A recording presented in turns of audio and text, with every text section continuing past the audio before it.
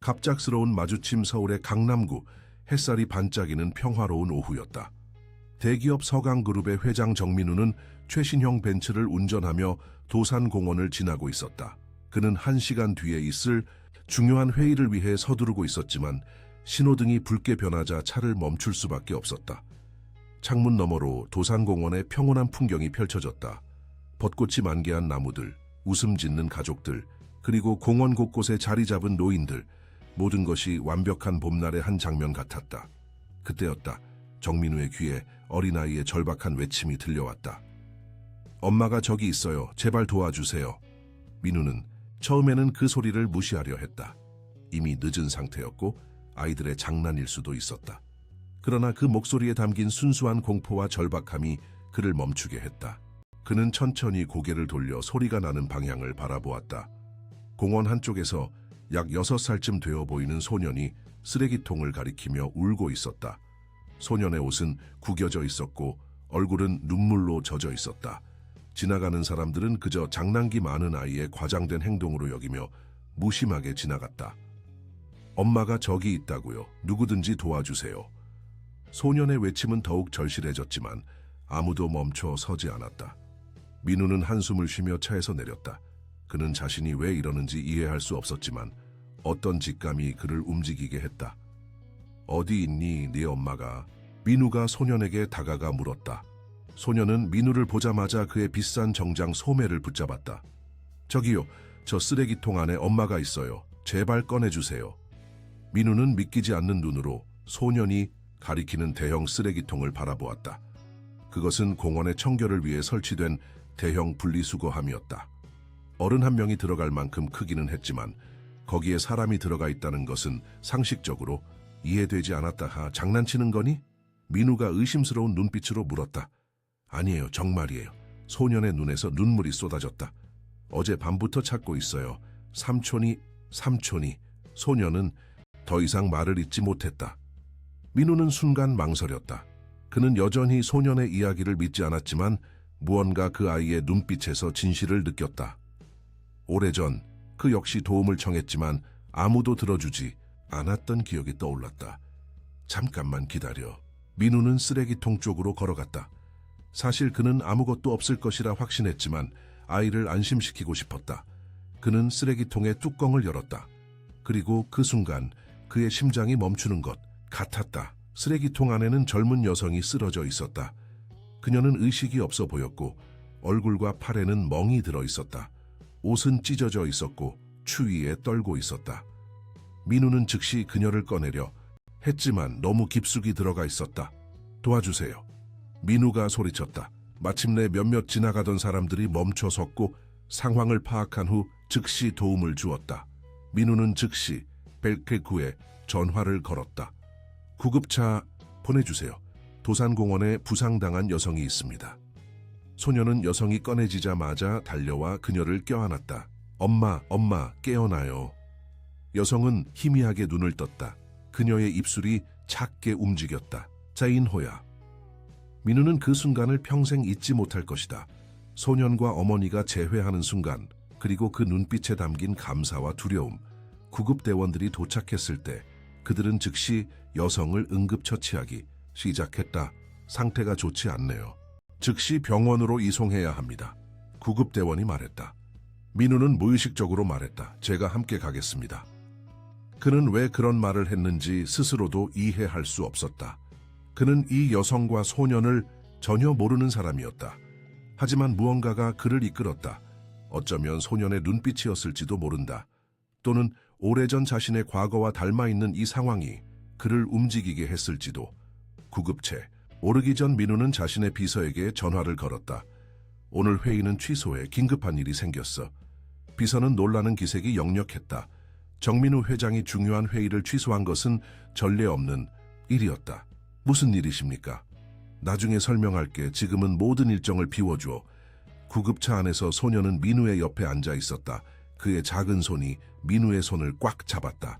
아저씨, 고마워요. 소년이 작은 목소리로 말했다. 내 이름이 뭐니? 민우가 물었다. 김진호예요. 엄마는 김소연이에요. 진호야, 네 엄마는 괜찮을 거야. 약속할게. 민우는 자신이 왜 이런 약속을 하는지 알 수 없었다. 그는 소연의 상태가 얼마나 심각한지, 또 어떤 일이 일어났는지 전혀 알지 못했다. 하지만 그는 진호에게 안정감을 주고 싶었다. 병원에 도착하자 의료진들이 신속하게 소연을 응급실로 이송했다. 민우와 진호는 대기실에서 기다려야 했다. 진호는 계속해서 울고 있었고 민우는 어떻게 아이를 달래야 할지 몰랐다. 진호야, 배고프지? 뭐 먹고 싶은 거 있니? 진호는 고개를 저었다. 엄마가 괜찮아질 때까지 아무것도 먹고 싶지 않아요.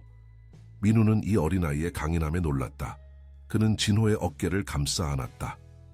내 엄마에게 무슨 일이 있었는지 말해줄 수 있어. 진호는 잠시 침묵했다. 그의 눈에는 두려움이 가득했다. 삼촌이 엄마를 때렸어요. 엄마가 소리를 지르는 걸 들었어요. 그리고 삼촌이 엄마를 끌고 나갔어요. 저는 숨어 있었어요. 삼촌이 무서워서. 민우는 충격을 받았다. 어떤 사람이 자신의 여동생을 이렇게 학대할 수 있을까? 그는 즉시 경찰에 신고해야 한다고 생각했다. 진호야, 너희 삼촌 이름이 뭐니? 김태준이요. 엄마 오빠예요. 민우는 그 이름을 기억해 두었다.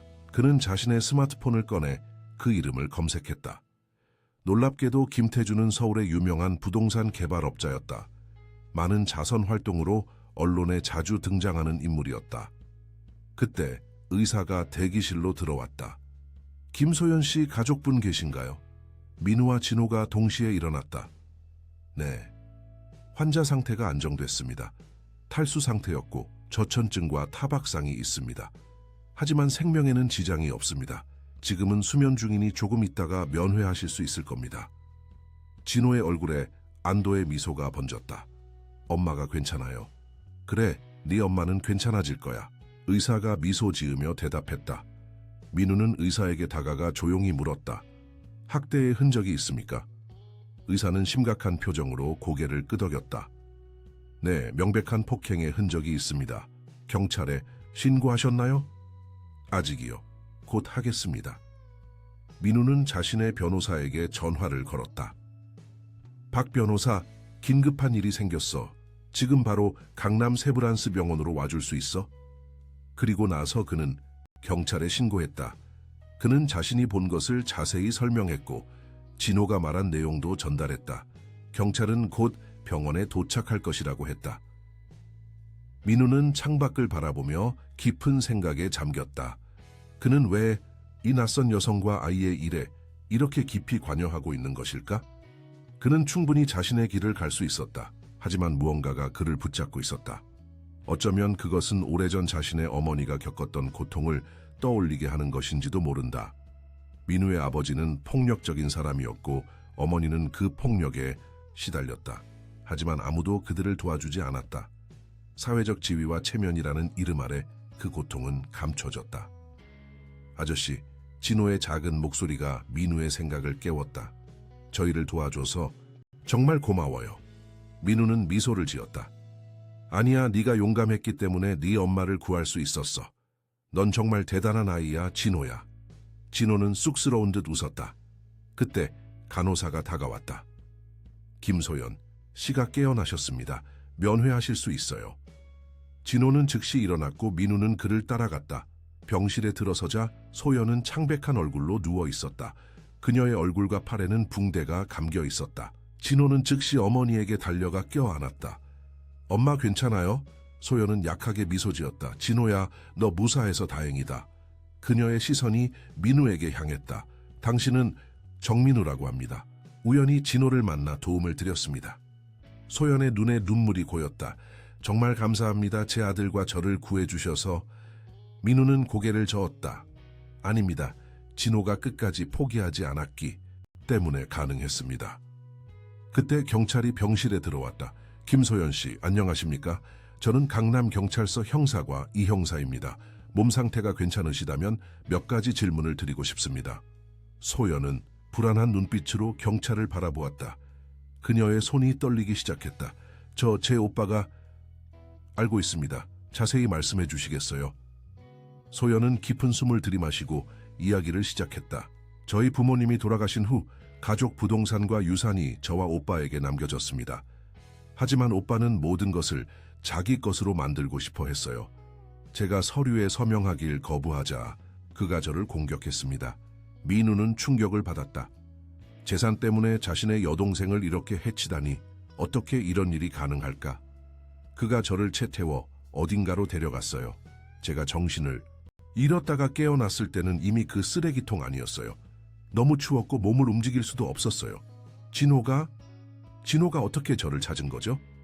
진호가 대답했다.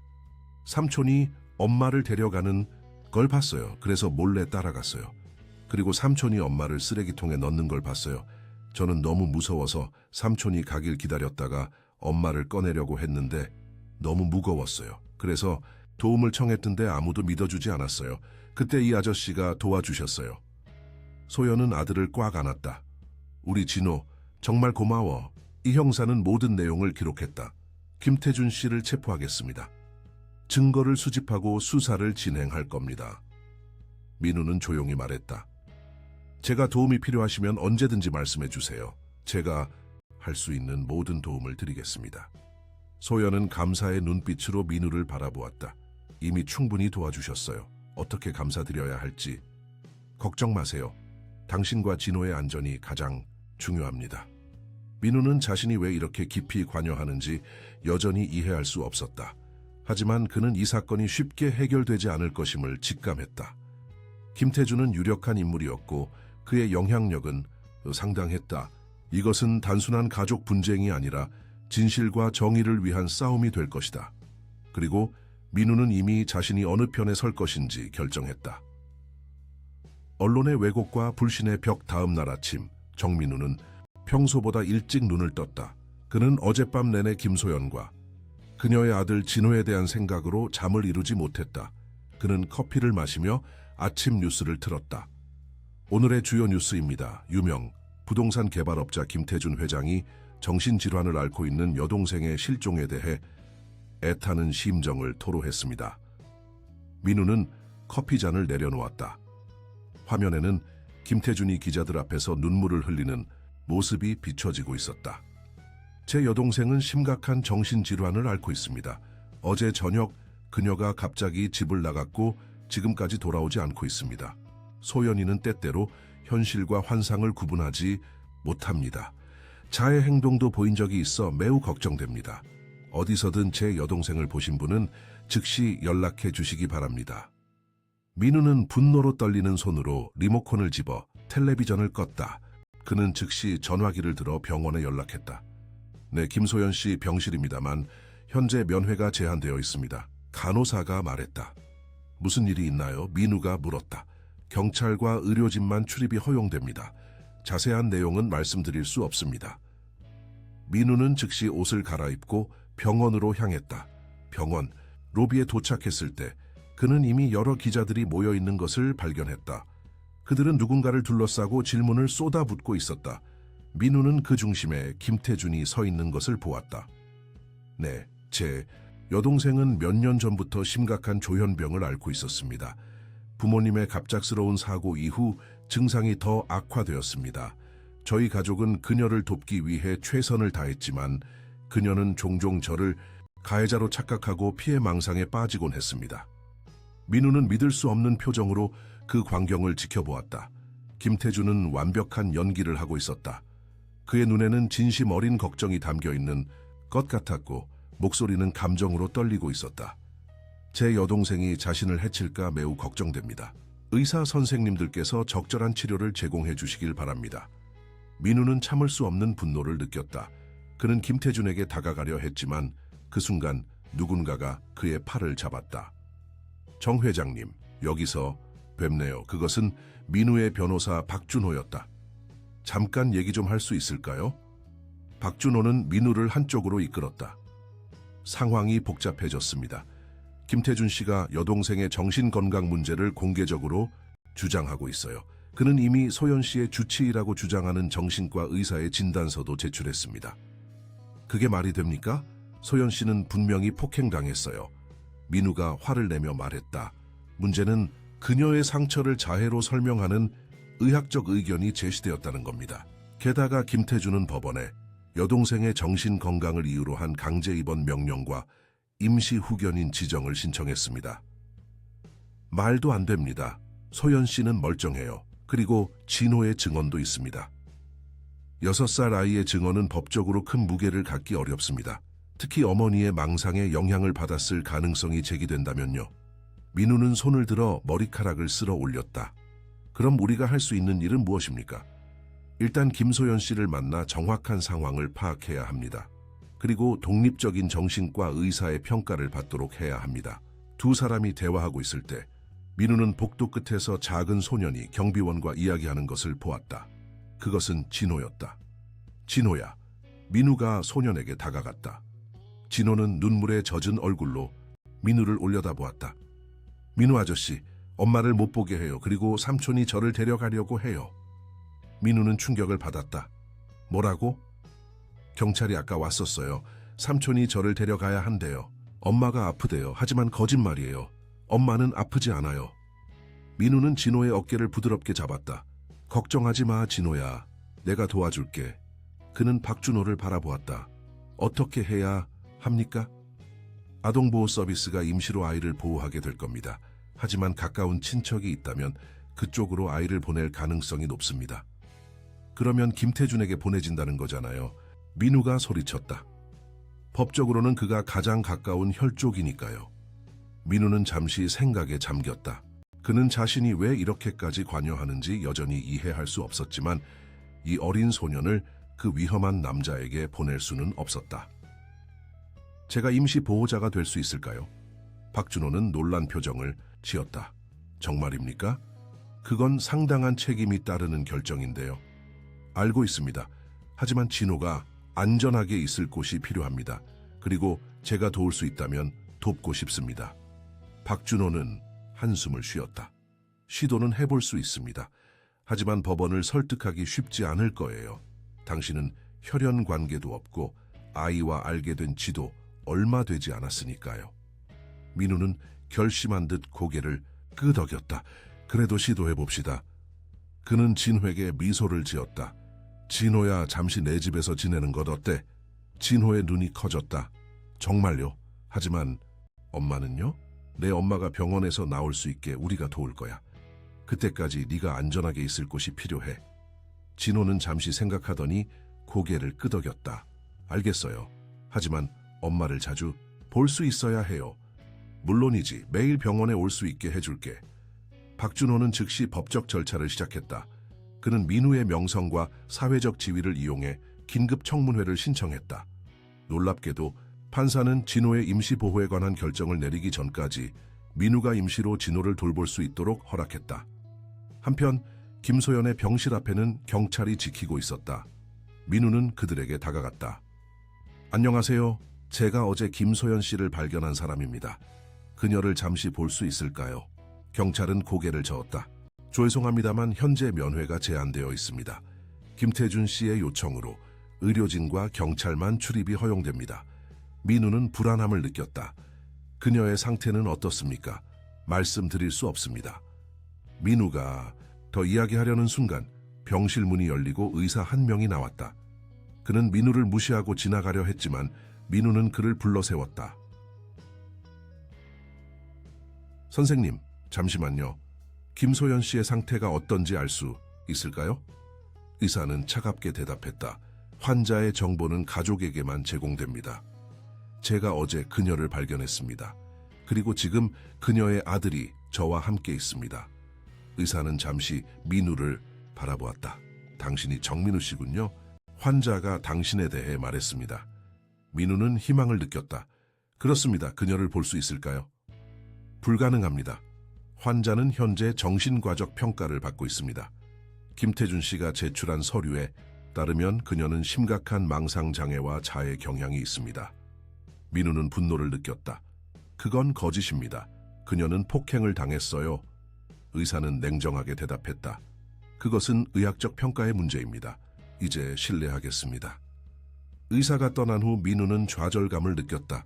그는 병원 로비로 돌아와 진호와 박준호를 만났다. 어떻게 됐어요? 박준호가 물었다. 소연 씨를 만날 수 없었습니다. 그들은 그녀를 정신과적 평가를 받게 하고 있어요. 진호는 불안한 표정으로 물었다. 엄마는 괜찮아요. 민우는 진호의 머리를 쓰다듬었다. 물론이지. 내 엄마는 강한 사람이야. 곧 만날 수 있을 거야. 민우와 진호 그리고 박준호는 병원을 나왔다. 그들은 민우의 차로 향했다. 그때 누군가가 그들을 불러 세웠다. 정민우 씨, 그들은 돌아보았다. 김태준이 몇몇 기자들과 함께 그들에게 다가오고 있었다. 진호야, 이리 오렴. 김태준이 부드러운 목소리로 말했다. 진호는 두려움에 떨며 민우의 뒤로 숨었다. 싫어요. 김태준은 슬픈 표정을 지으며 기자들을 향해 말했다. 보세요. 제 조카는 어머니의 망상의 영향을 받아 저를 두려워합니다. 이것이 제가 걱정하는 이유입니다. 그는 민우를 바라보았다. 정민우 씨, 제 조카를 어디로 데려가시는 겁니까? 민우는 차분하게 대답했다. 법원의 임시 결정에 따라 제가 진호의 임시 보호자가 되었습니다. 김태준의 얼굴에 잠시 분노가 스쳤지만 그는 빠르게 표정을 가다듬었다. 그것은 매우 이상한 결정이군요. 당신은 우리 가족과 아무 관련이 없는 사람인데 진호의 안전과 복지가 최우선입니다. 법원도 그것을 인정했습니다. 김태준은 미소를 지었지만 그 눈빛은 차갑게 빛났다. 물론이죠. 하지만 가족 문제는 가족 내에서 해결되어야 합니다. 저는 진호의 유일한 친척이며 법적으로 그의 보호자가 될 권리가 있습니다. 그것은 법원이 결정할 문제입니다. 박준호가 단호하게 말했다. 김태준은 고개를 끄덕였다. 물론이죠. 저는 법원의 결정을 존중합니다. 하지만 진호야, 삼촌이 널 사랑한다는 것을 잊지 마. 곧 함께 있게 될 거야. 진호는 더욱 민우에게 바싹 붙었다. 민우는 진호의 어깨를 감싸며 차로 향했다. 그들이 차에 오르자 진호는 떨리는 목소리로 말했다. 민우 아저씨, 저 삼촌한테 가기 싫어요. 삼촌이 엄마를 다치게 했어요. 걱정하지 마, 진호야. 내가 지킬게. 너와 네 엄마를. 그날 저녁 민우의 고급 아파트에서 진호는 조용히 저녁 식사를 했다. 민우는 아이가 좋아할 만한 음식을 주문했지만 진호는 거의 먹지 않았다. 진호야, 배고프지 않니? 민우가 걱정스럽게 물었다. 진호는 고개를 저었다. 엄마가 걱정돼요. 민우는 한숨을 쉬었다. 내일 다시 병원에 가볼게. 그리고 네 엄마를 도울 방법을 찾을 거야. 약속해요. 약속할게. 진호는 조금 안심한 듯 고개를 끄덕였다. 민우 아저씨, 물어봐도 돼요? 물론이지. 뭐든지. 왜? 저희를 도와주는 거예요? 저희는 아저씨를 전혀 모르는데. 민우는 잠시 생각에 잠겼다. 그것은 그 자신도 계속해서 질문하던 것이었다. 왜 그는 이 낯선 여성과 아이를 돕기 위해 이렇게 많은 노력을 기울이는 것일까? 때로는 사람들은 서로를 도와야 해. 내가 너희를 도울 수 있는 위치에 있으니까 도움을 주는 거야. 진호는 고개를 끄덕였지만 완전히 이해하지는 못한 것 같았다. 아저씨도 가족이 있어요. 민우는 잠시 침묵했다. 아니, 나는 혼자야. 외롭지 않아요. 민우는 미소를 지었다. 가끔은 그래. 하지만 지금은 네가 여기 있으니까 외롭지 않아. 진호는 작게 웃었다. 그것은 민우가 그에게서 본 첫 번째 진짜 미소였다. 그날 밤 진호가 잠든 후 민우는 테라스에서 도시의 불빛을 바라보며 생각에 잠겼다. 그는 자신의 변호사에게 전화를 걸었다. 박 변호사, 김태준에 대해 더 알아본 게 있나요? 네, 조사해봤습니다. 김태준은 외견상으로는 완벽한 사업가입니다. 하지만 몇 가지 흥미로운 점을 발견했습니다. 그는 최근 막대한 도박 빚을 졌다는 소문이 있습니다. 그리고 그의 사업은 생각보다 불안정합니다. 그래서 그가 여동생의 유산을 노리고 있다는 거군요. 가능성이 높습니다. 김소연 씨와 부모님의 유산에 대해서도 조사해봤습니다. 상당한 재산입니다. 특히 강남의 대형 부동산과 현금 자산이 있습니다. 민우는 잠시 생각했다. 김태준이 소연 씨를 정신질환자로 만들려는 이유가 분명해지네요. 그녀가 정신적으로 무능력하다고 판단되면 그가 모든 재산을 통제할 수 있을 테니까. 정확합니다. 그리고 더 조사해보니 김태준은 최근 그의 정신과 의사 친구에게 상당한 금액을 이체한 기록이 있습니다. 뇌물이군요. 증명하기는 어렵지만 의심스러운 것은 사실입니다. 민우는 결심했다. 우리는 소연 씨를 그곳에서 빼내야 합니다. 그리고 진실을 밝혀야 합니다. 그건 쉽지 않을 겁니다. 김태준은 이미 언론을 장악했고 많은 사람들이 그의 이야기를 믿고 있습니다. 민우는 창밖을 바라보며 말했다. 진실은 언제나 이긴다고 믿습니다. 우리는 끝까지 싸울 겁니다. 그날 밤 민우는 오랫동안 잠들지 못했다. 그는 계속해서 소연의 얼굴과 진호의 눈빛을 생각했다. 그들은 그에게 낯선 사람이었지만 동시에 이상하게 친숙하게 느껴졌다. 마치 오래전부터 알고 있던 사람들처럼. 다음 날 아침 민우는 일찍 일어나 진호와 함께 아침을 먹었다. 그는 진호에게 오늘 학교에 가야 하는지 물었다. 학교는 한동안 가지 않았어요. 진호가 대답했다. 엄마가 아파서. 민우는 고개를 끄덕였다. 그래, 이해해. 하지만 너는 교육을 받아야 해. 우리가 모든 것을 해결할 때까지 내가 가정교사를 구해줄게. 어떻게 생각해? 진호는 고개를 끄덕였다. 좋아요. 하지만 오늘은 엄마를 보러 갈 수 있어요? 물론이지. 오늘 다시 병원에 가볼 거야. 그들이 아침 식사를 마치고 있을 때 민우의 전화가 울렸다. 박준호였다. 정 회장님, 큰일이 생겼습니다. 김소연 씨가 정신병원으로 이송됐습니다. 민우는 충격을 받았다. 뭐라고요? 어떻게 그런 일이? 김태준이 법원에서 긴급 명령을 받았습니다. 그의 의사 친구가 소연 씨가 자해와 타인을 해칠 위험이 있다는 진단서를 제출했습니다. 말도 안 됩니다. 그녀는 피해자입니다. 알고 있습니다. 하지만 법원은 일단 김태준의 주장을 받아들였습니다. 그리고 박준호는 잠시 말을 멈추었다. 그리고 뭐요? 민우가 초조하게 물었다. 김태준이 진호의 양육권도 청구했습니다. 청문회가 이틀 후로 예정되어 있습니다.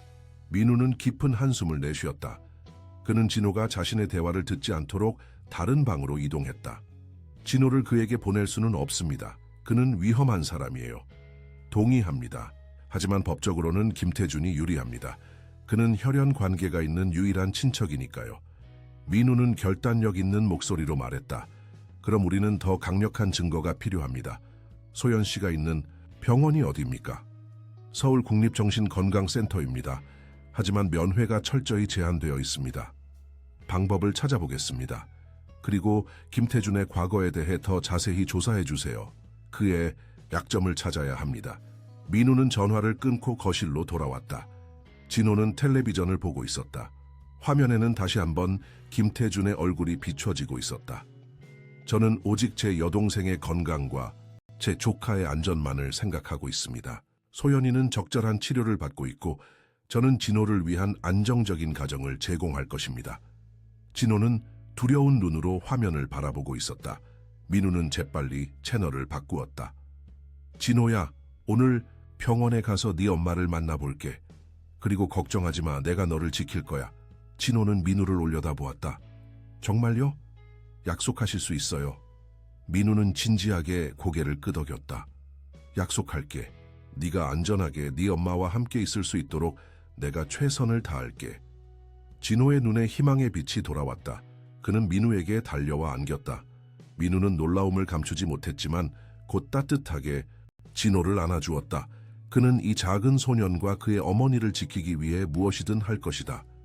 설령 그것이 자신의 명성이나 재산을 위험에 빠뜨리는 일이라 해도 진실을 향한 싸움. 서울 국립정신건강센터 앞.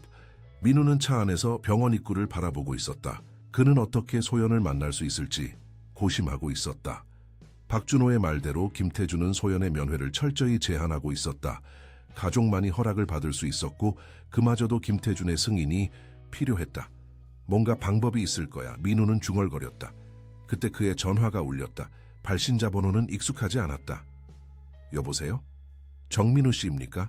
낮고 조심스러운 여성의 목소리가 들렸다. 네, 그렇습니다만 누구시죠? 저는 국립정신건강센터의 간호사 윤지아라고 합니다. 김소연 씨의 담당 간호사예요. 민우는 즉시 바로 앉았다. 소연 씨가 괜찮습니까? 어떻게 제 번호를 아셨죠? 소연 씨가 당신 이름과 전화번호를 저에게 주었어요. 그녀는 당신이 자신과 아들을 도와주고 있다고 했습니다. 맞습니다. 그녀의 상태는 어떻습니까? 윤지아는 잠시 침묵했다. 좋지 않습니다. 그들은 그녀에게 강한 항정신병 약물을 투여하고 있어요. 그녀는 대부분의 시간을 멍한 상태로 보내고 있습니다. 민우는 분노를 느꼈다. 그건 불법입니다. 그녀는 정신질환이 없어요. 저도 그렇게 생각합니다. 윤지아가 조용히 말했다. 그녀의 차트를 보면 진단과 증상이 일치하지 않습니다. 그리고 처방된 약물의 용량도 비정상적으로 높아요. 그녀를 만날 수 있을까요? 공식적으로는 불가능합니다. 하지만 윤지아는 잠시 망설였다. 제 근무 시간에 오시면 잠시 만날 기회를 마련해 볼 수 있어요. 오늘 밤 11시부터 새벽 7시까지 제가 야간 근무입니다. 정말 감사합니다. 꼭 가겠습니다. 한 가지 더요. 윤지아가 덧붙였다. 소연 씨가 당신에게 전할 말이 있다고 했습니다. 고민형이라고요. 무슨 뜻인지 아시나요? 민우는 혼란스러웠다. 고민형이요? 아니요, 모르겠습니다. 그녀는 그것이 매우 중요하다고 했어요. 진호에게 물어보라고 했습니다. 민우는 메모를 했다. 알겠습니다. 정말 감사합니다, 윤 간호사님. 전화를 끊은 민우는 즉시 차를 돌려 집으로 향했다. 그는 진호에게 고민형에 대해 물어봐야 했다. 집에 도착하자 진호는 민우가 고용한 가정교사와 함께 공부하고 있었다. 민우는 교사에게 고마움을 표하고 진호와 단둘이 이야기할 수 있는 시간을 요청했다. 진호야, 나 좀 물어볼 게 있어. 민우가 소년의 옆에 앉으며 말했다. 네, 아저씨. 내 고민형에 대해 말해줄 수 있어? 특별한 고민형이 있니? 진호의 눈이 커졌다. 이거 미스터 브라운이요. 엄마가 말씀하셨어요. 민우는 고개를 끄덕였다. 그 고민형이 중요하다고 하셨어. 진호는 잠시 주변을 둘러보더니 낮은 목소리로 말했다. 미스터 브라운은 특별해요. 엄마가 안에 비밀을 넣었어요. 비밀이라고? 어떤 비밀이지? 엄마가 말했어요. 나쁜 일이 생기면 미스터 브라운이 우리를 지켜줄 거래요. 하지만 아무에게도 말하면 안 된대요. 민우는 흥미롭게 생각했다. 미스터 브라운은 지금 어디 있니? 진호의 표정이 어두워졌다. 모르겠어요. 삼촌이 우리 집에 왔을 때 제 방에 있었는데 지금은 어디 있는지 모르겠어요. 혹시 삼촌이 가져갔을까? 진호는 고개를 저었다. 아니요, 삼촌은 제 장난감에 관심 없어요. 아마 아직 우리 집에 있을 거예요. 민우는 생각에 잠겼다. 소연이 고민형에 무언가 중요한 것을 숨겨놓았다면 그것을 찾아야 했다. 진호야, 너희 집 주소를 알고 있니? 진호는 고개를 끄덕이며 주소를 말해주었다. 그것은 강남의 고급 아파트였다. 고마워, 진호야. 내가 미스터 브라운을 찾아올게. 그날 저녁 민우는 두 가지 계획을 세웠다. 첫째, 밤에 소연을 만나러 병원에 가는 것. 둘째, 진호의 집에서 그 고민형을 찾는 것. 그는 변호사 박준호에게 전화를 걸었다. 박 변호사, 김소연 씨의 아파트에 합법적으로 들어갈 방법이 있을까요? 쉽지 않을 겁니다. 아마도 김태준이 이미 잠금 장치를 바꿨을 거예요. 하지만 경찰 조사를 위한 접근 요청을 할 수는 있습니다. 진호의 개인 소지품을 가져와야 한다는 명목으로요. 좋습니다. 그렇게 해보죠. 민우는 다음으로 자신의 보안 담당자 강대현에게 연락했다. 그는 서강그룹의 보안 책임자였고 전직 특수부대 출신이었다. 대현 씨, 오늘 밤 도움이 필요해. 무슨 일입니까, 회장님? 민우는 상황을 간략하게 설명했다. 강대현은 즉시 도움을 약속했다. 제가 병원 경비 시스템을 확인하겠습니다. 그리고 아파트 방문도 동행하겠습니다. 고맙네. 그리고 대현 씨, 이 일은 비밀로 해야 해. 아무에게도 말하지 말게. 물론입니다, 회장님.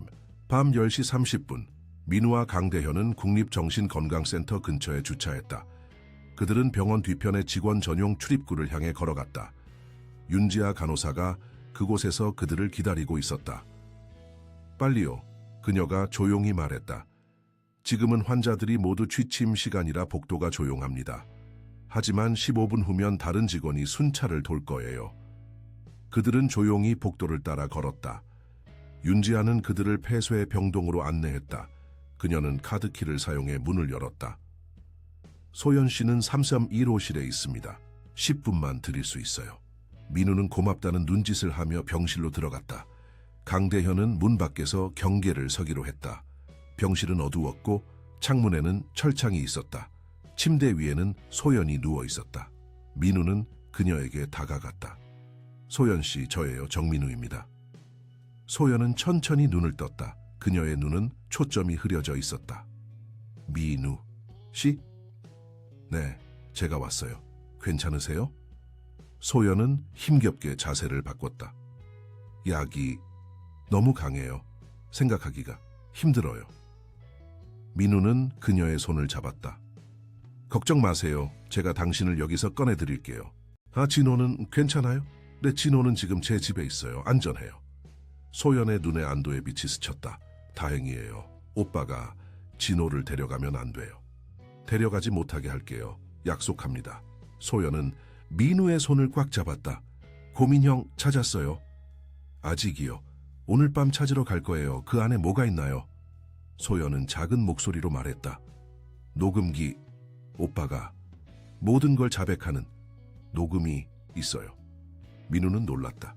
자백이요? 어떤 내용인가요? 오빠가 저를 해치겠다고 협박했어요. 유산을 차지하려고. 그날 밤에 모든 걸 녹음했어요. 민우는 희망을 느꼈다. 그것이 바로 그들이 필요한 증거였다. 꼭 찾을게요. 그리고 당신을 여기서 꺼내드릴게요. 조심하세요. 오빠는 위험한 사람이에요. 윤지아 간호사가 문을 살짝 열었다. 시간이 다 됐어요. 민우는 소연의 손을 한 번 더 꽉 잡았다. 곧 다시 올게요. 희망을 잃지 마세요. 병원을 나온 후 민우와 강대현은 즉시 김소연의 아파트로 향했다. 박준호가 경찰의 허가를 받아냈고 아파트 관리인이 그들을 기다리고 있었다. 진호의 개인 소지품만 가져가실 수 있습니다. 관리인이 말했다. 다른 것은 건드리지 마세요. 민우는 고개를 끄덕였다. 물론입니다. 아파트는 고급스러웠지만 어딘가 차가운 느낌이 들었다. 거실은 깔끔하게 정리되어 있었다. 민우는 진호의 방을 찾아 들어갔다. 파란색 벽지에 우주 테마로 꾸며진 아이답게 귀여운 방이었다. 고민형을 찾아야 해요. 민우가 강대현에게 말했다. 브라운색 고민형이에요. 두 사람은 방을 샅샅이 뒤지기 시작했다. 침대 위, 장난감 상자, 옷장 안. 하지만 고민형은 보이지 않았다. 여기 없는 것 같습니다. 강대현이 말했다. 민우는 좌절감을 느꼈다. 계속 찾아봐요. 반드시 있을 거예요. 그들은 거실과 부엌, 소연의 방까지 찾아보았지만 고민형은 보이지 않았다. 민우는 마지막으로 창고를 확인하기로 했다. 창고 문을 열자 각종 생활용품과 상자들이 쌓여 있었다. 민우는 상자들을 하나씩 열어보기 시작했다. 세 번째 상자를 열었을 때 그는 마침내 갈색 고민형을 발견했다. 미스터 브라운이었다. 찾았다. 민우가 외쳤다. 고민형은 오래되어 보였지만 상태는 양호했다. 민우는 인형을 자세히 살펴보았다. 등 쪽에 작은 지퍼가 있었다. 그는 지퍼를 열었고 안에서 작은 녹음기를 발견했다. 이거군요. 민우가 중얼거렸다. 그때 아파트 현관문이 열리는 소리가 들렸다. 누군가 들어오고 있었다. 누구세요? 낯선 남자의 목소리가 들렸다. 강대현은 즉시 민우 앞으로 나섰다. 민우는 빠르게 녹음기를 주머니에 넣고 고민형은 다시 상자에 넣었다. 그들이 창고에서 나오자 한 남자가 거실에 서 있었다. 그는 김태준이었다. 정민우 씨, 김태준이 놀란 표정으로 물었다. 여기서 뭘 하고 계신 겁니까? 민우는 침착하게 대답했다. 진호의 개인 물품을 가지러 왔습니다. 경찰의 허가를 받았습니다. 김태준의 얼굴에 분노가 스쳤다. 당신은 정말 참견하기 좋아하는군요. 내 가족의 일에 왜 계속 관여하시는 겁니까? 진호의 안전과 소연 씨의 정의를 위해서입니다. 김태준은 비웃었다. 정의요? 당신은 내 여동생에 대해 아무것도 모릅니다. 그녀는 오랫동안 정신질환을 알아왔어요. 거짓말이군요. 민우가 단호하게 말했다. 당신은 그저 그녀의 재산을 노리고 있을 뿐이죠. 김태준의 눈이 위험하게 빛났다. 조심하시는 게 좋을 겁니다, 정민우 씨. 당신 같은 큰 회사 회장도 쉽게 몰락할 수 있어요. 특히 잘못된 적과 싸우면요. 그건 협박인가요? 충고입니다. 내 가족의 일에서 손을 떼세요. 그리고 내 조카를 돌려주세요. 민우는 한 걸음 앞으로 나섰다. 진호는 당신과 함께 있기를 원하지 않아요. 그리고 저는 그가 안전할 때까지 그를 지킬 겁니다. 두 사람은 팽팽한 긴장감 속에 서로를 노려보았다. 마침내 김태준이 물러섰다. 좋아요. 법원에서 보죠. 내일 청문회가 있습니다. 그리고 저는 반드시 이길 겁니다. 민우는 아무 말 없이 강대현과 함께 아파트를 나왔다. 그들은 채 오르자마자 민우는 녹음기를 꺼냈다. 들어봅시다. 그는 재생 버튼을 눌렀다. 처음에는 잡음만 들렸다. 그러다 갑자기 두 사람의 목소리가 들렸다. 오빠, 제발 그만해. 내 몫의 유산을 포기하지 않을 거야. 이 바보 같은 년, 서명만 하면 될 일을 왜 이렇게 복잡하게 만드는 거야? 도박빚 때문에 난 몰락 직전이라고. 그건 내 문제가 아니야. 부모님이 남겨주신 재산을 내 도박빚 갚는데 쓰게 놔둘 수 없어. 그럼 넌 죽은 거나 마찬가지야. 내가 확실하게 처리할 거야. 네가 사라지면 모든 재산은 내 것이 돼. 그리고 진호도 내가 데려갈 거야. 진호는 절대 안 돼. 제발, 진호만큼은. 시끄러워. 이제 너무 많이 알아버렸어. 넌 사라져야 해. 녹음은 거기서 끝났다. 민우는 깊은 숨을 내쉬었다. 이것은 결정적인 증거였다. 김태준의 자백이 담긴 녹음이었다. 이걸로 김소연 씨를 구할 수 있을까요? 강대현이 물었다. 반드시 그래야만 해. 민우가 단호하게 말했다. 당장 박 변호사에게 연락하자. 집으로 돌아오는 길에 민우는 이 녹음이 소연을 병원에서 나오게 하고 진호의 양육권을 지키는 데 충분할지 고민했다. 하지만 그는 희망을 버리지 않았다. 그는 끝까지 싸울 것이다. 집에 도착하자 진호가 아직 깨어 있었다. 그는 민우를 기다리고 있었다. 민우 아저씨, 엄마 만났어요? 민우는 고개를 끄덕였다. 응, 만났어. 내 엄마는 괜찮아. 그리고 너에게 사랑한다고 전해달래. 진호의 눈에 눈물이 고였다. 미스터 브라운은 찾았어요. 민우는 미소를 지었다. 찾았어. 그리고 네 엄마가 말한 비밀도 발견했어. 정말요? 진호의 눈이 커졌다. 그럼 이제 엄마가 돌아올 수 있어요? 그러길 바라. 내일 법원에 가서 판사님께 진실을 알려드릴 거야. 진호는 민우를 꽉 안았다. 고마워요, 아저씨. 민우는 진호의 머리를 쓰다듬었다. 자, 이제 자러 가자. 내일은 중요한 날이야. 진호를 재운 후 민우는 박준호에게 전화를 걸었다. 녹음을 들어봤습니다. 박준호가 말했다. 확실히 강력한 증거입니다. 하지만요. 김태준은 이 녹음이 조작되었다고 주장할 수 있습니다. 또는 소연 씨의 망상 증상 중 하나라고요. 그럼 어떻게 해야 합니까? 독립적인 음성 분석과 함께 진호의 증언이 필요합니다. 그 아이가 목격한 것을 법정에서 말할 수 있다면 녹음과 함께 강력한 증거가 될 것입니다. 민우는 깊이 생각했다. 진호는 겨우 6살이었다. 그에게 법정에서 증언하라고 하는 것은 큰 부담이었다. 진호에게 물어볼게요. 하지만 그 아이에게 더 큰 상처를 주고 싶지 않습니다. 이해합니다. 하지만 때로는 진실을 위해 어려운 선택을 해야 할 때가 있습니다. 민우는 전화를 끊고 테라스에 나가 서울의 밤 풍경을 바라보았다. 내일은 모든 것이 결정될 중요한 날이었다. 그는 소연과 진호를 위해 그리고 정의를 위해 모든 것을 걸어야 했다. 법정의 진실 법원 앞은 이미 기자들로 가득 차 있었다. 김태준의 여동생 사건이 언론에 큰 관심을 받고 있었다. 특히 서강그룹의 정민우 회장이 개입하면서 더욱 화제가 되었다. 많은 사람들은 왜 그토록 유명한 재벌 회장이 낯선 여성과 아이의 사건에 깊이 관여하는지 궁금해했다. 민우는 진호의 손을 꼭 잡고 법원으로 들어섰다. 진호는 긴장한 표정이었다. 그는 오늘 법정에서 증언하기로 결심했다. 어젯밤 민우가 조심스럽게 물었을 때 진호는 용기 있게 대답했다.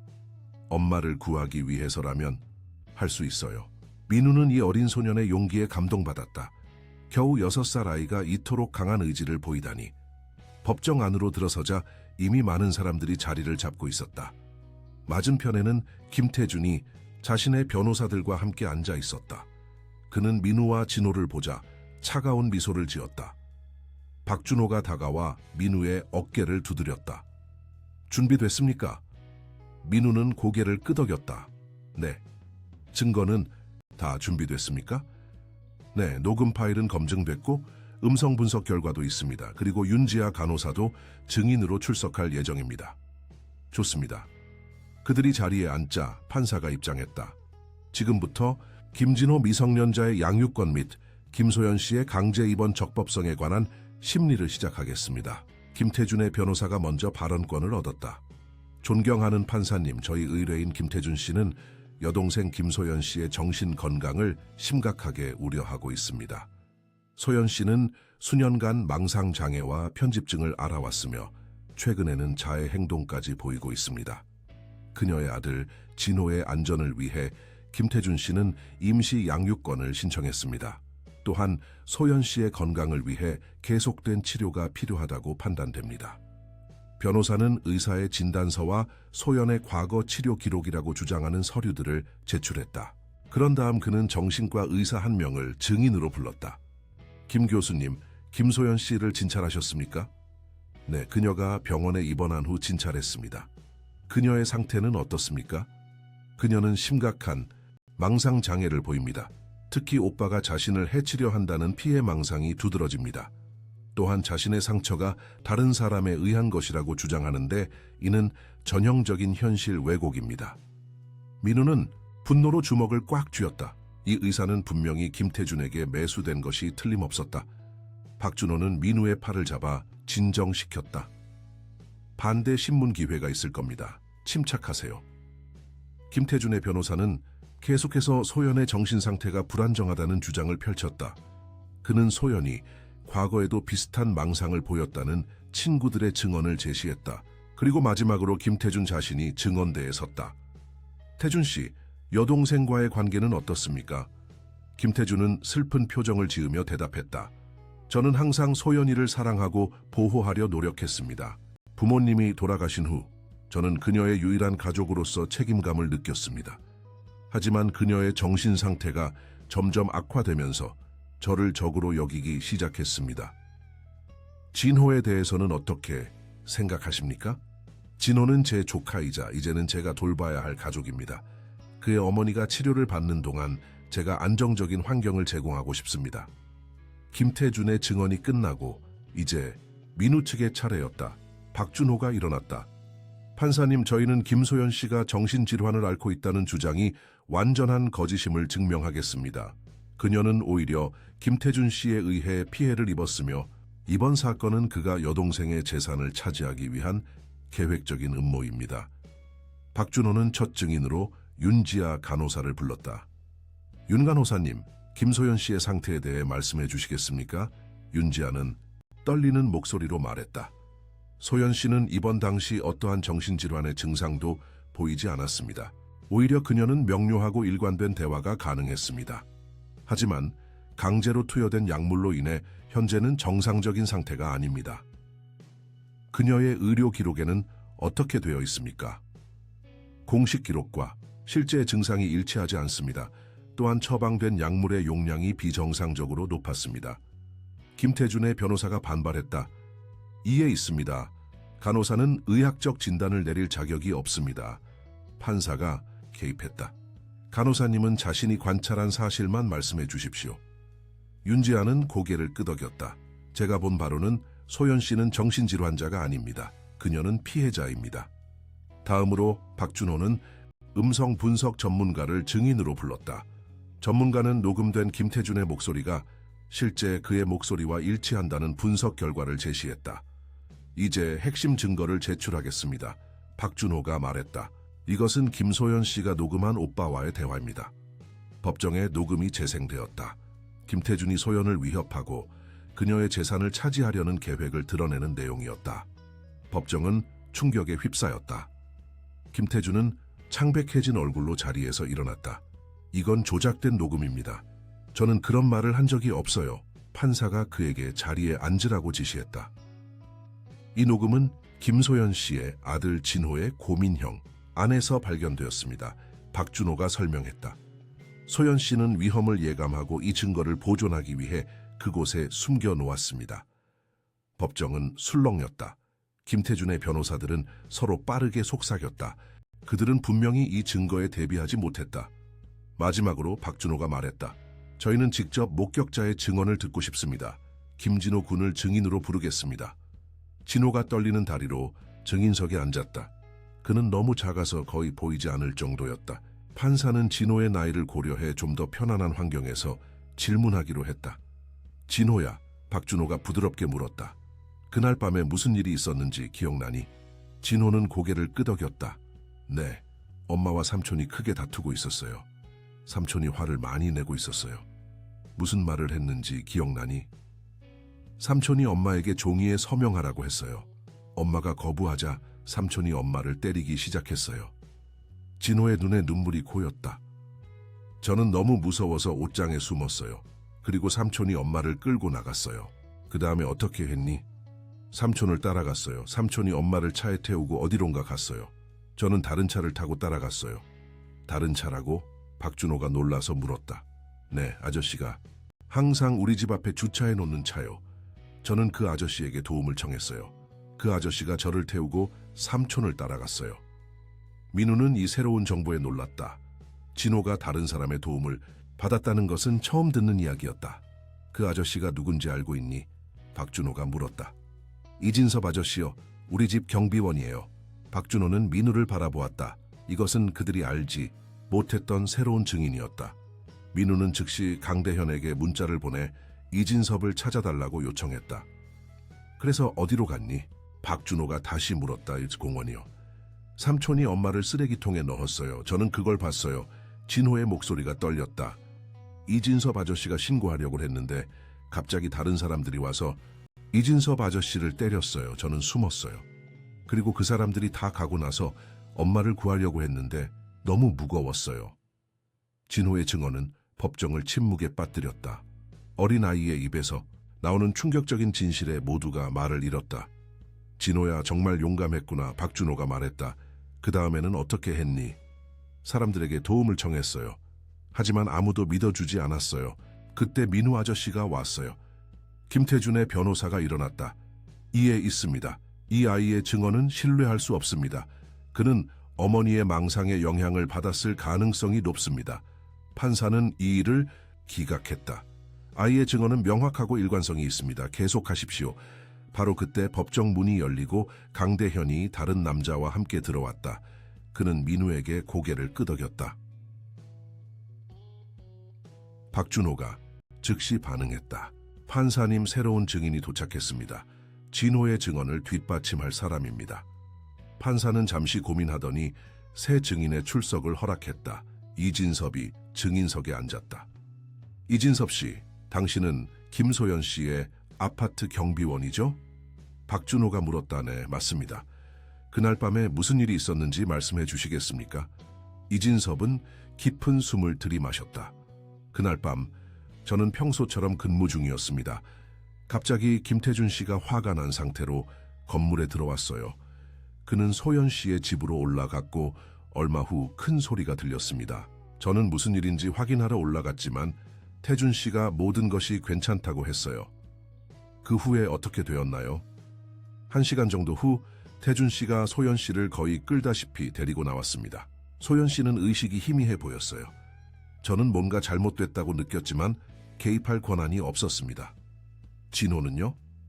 진호가 갑자기 나타나 도움을 청했어요. 그는 삼촌이 엄마를 데려간다고 울면서 말했습니다. 저는 그 아이를 돕기로 했어요. 우리는 태준 씨의 차를 따라갔습니다. 그리고 무슨 일이 있었나요? 도산공원에 도착했을 때 태준 씨는 소연 씨를 쓰레기통에 넣었어요. 저는 그걸 보고 경찰에 신고하려 했지만 갑자기 몇몇 남자들이 나타나 저를 공격했습니다. 그들은 태준 씨의 사람들이었어요. 저는 의식을 잃었고 깨어났을 때는 병원이었습니다. 왜 이 사실을 더 일찍 알리지 않으셨나요? 이진섭은 부끄러운 표정을 지었다. 그들이 저를 협박했습니다. 제 가족에게 해를 끼치겠다고. 하지만 이제는 진실을 말해야 한다고 생각했습니다. 법정은 완전히 술렁였다. 김태준은 자리에서 벌떡 일어났다. 이건 모두 거짓말입니다. 그들은 합의해서 저를 모함하고 있어요. 판사가 망치를 두드렸다. 질서를 지켜주십시오. 김태준의 변호사들은 필사적으로 반박하려 했지만 증거와 증언은 너무나 명백했다. 특히 이진섭의 증언은 진호의 이야기를 완벽하게 뒷받침했다. 판사는 잠시 휴정을 선언했다. 모두가 법정 밖으로 나갔을 때 민우는 진호를 꽉 안아주었다. 정말 용감했어, 진호야. 네가 정말 자랑스러워. 진호는 작게 미소 지었다. 엄마가 이제 돌아올 수 있어요. 그러길 바라. 판사님이 좋은 결정을 내려주실 거야. 1시간 후 법정이 다시 열렸다. 판사는 심각한 표정으로 말했다. 제출된 증거와 증언을 검토한 결과 저는 김소연 씨의 강제 입원이 부당하다고 판단합니다. 그녀는 즉시 석방되어야 하며 적절한 의료 평가를 받아야 합니다. 또한 김진호 군의 임시 양육권은 정민우 씨에게 유지됩니다. 김태준 씨는 수사 대상이 될 것이며 경찰에 이 사건을 이첩하겠습니다. 민우는 안도의 한숨을 내쉬었다. 진호는 기쁨에 찬 눈으로 그를 바라보았다. 우리가 이겼어요, 아저씨. 그래, 진호야, 우리가 이겼어. 법정이 끝나고 사람들이 빠져나가는 동안 김태준이 민우에게 다가왔다. 그의 눈에는 분노와 증오가 가득했다. 이게 끝이라고 생각하지 마세요, 정민우 씨. 당신은 큰 실수를 했어요. 민우는 차분하게 대답했다. 당신이 저지른 일에 대한 책임을 져야 할 겁니다, 김태준 씨. 김태준은 더 이상 말하지 않고 자리를 떠났다. 그의 걸음걸이에는 분노가 묻어났다. 민우와 진호, 박준호는 곧바로 병원으로 향했다. 윤지아 간호사가 이미 소연에게 좋은 소식을 전했다. 병실에 들어서자 소연은 침대에 앉아 있었다. 그녀는 여전히 약물의 영향으로 약간 멍한 상태였지만 이전보다 훨씬 또렷했다. 엄마, 진호가 달려가 그녀를 안았다. 진호야. 소연은 아들을 꽉 안았다. 그녀의 눈에서 눈물이 흘렀다. 보고 싶었어. 진호는 자랑스럽게 말했다. 엄마, 내가 법정에서 말했어요. 그리고 우리가 이겼어요. 소연은 놀란 표정으로 민우를 바라보았다. 민우는 고개를 끄덕였다. 진호가 정말 용감했습니다. 그의 증언 덕분에 진실이 밝혀졌어요. 소연은 민우에게 감사의 눈빛을 보냈다. 어떻게 감사드려야 할지. 아닙니다. 당신과 진호가 안전하게 된 것만으로도 충분합니다. 박준호가 말했다. 소연 씨, 아직 몇 가지 법적 절차가 남아 있습니다. 하지만 걱정하지 마세요. 모든 것이 잘 해결될 겁니다. 소연은 약하게 미소 지었다. 이제 집에 갈 수 있나요? 네, 의사가 퇴원, 절차를 밟고 있습니다. 오늘 저녁이면 나갈 수 있을 겁니다. 민우는 진호와 소연이 재회하는 모습을 지켜보며 이상한 감정을 느꼈다. 그는 왜 이토록 깊이 이 가족의 일에 관여했는지 여전히 이해할 수 없었다. 하지만 그들이 행복한 모습을 보니 모든 것이 가치 있게 느껴졌다. 그날 저녁, 민우는 소연과 진호를 자신의 집으로 데려왔다. 소연은 아직 완전히 회복되지 않았고 그들의 아파트는 안전하지 않을 수 있었다. 당분간 여기 머무르세요, 민우가 제안했다. 충분히 회복되고 모든 것이 정리될 때까지요. 소연은 감사하게 받아들였다. 정말 감사합니다, 정민우 씨. 당신이 아니었다면 저와 진호는... 괜찮습니다. 이제 모든 것이 잘 될 거예요. 진호는 이미 민우의 집에 익숙해져 있었다. 그는 행복하게 자신의 방으로 달려갔다. 소연은 아들을 바라보며 미소 지었다. 진호가 당신을 정말 좋아하네요. 민우도 미소 지었다. 저도 진호를 정말 좋아합니다. 훌륭한 아이예요.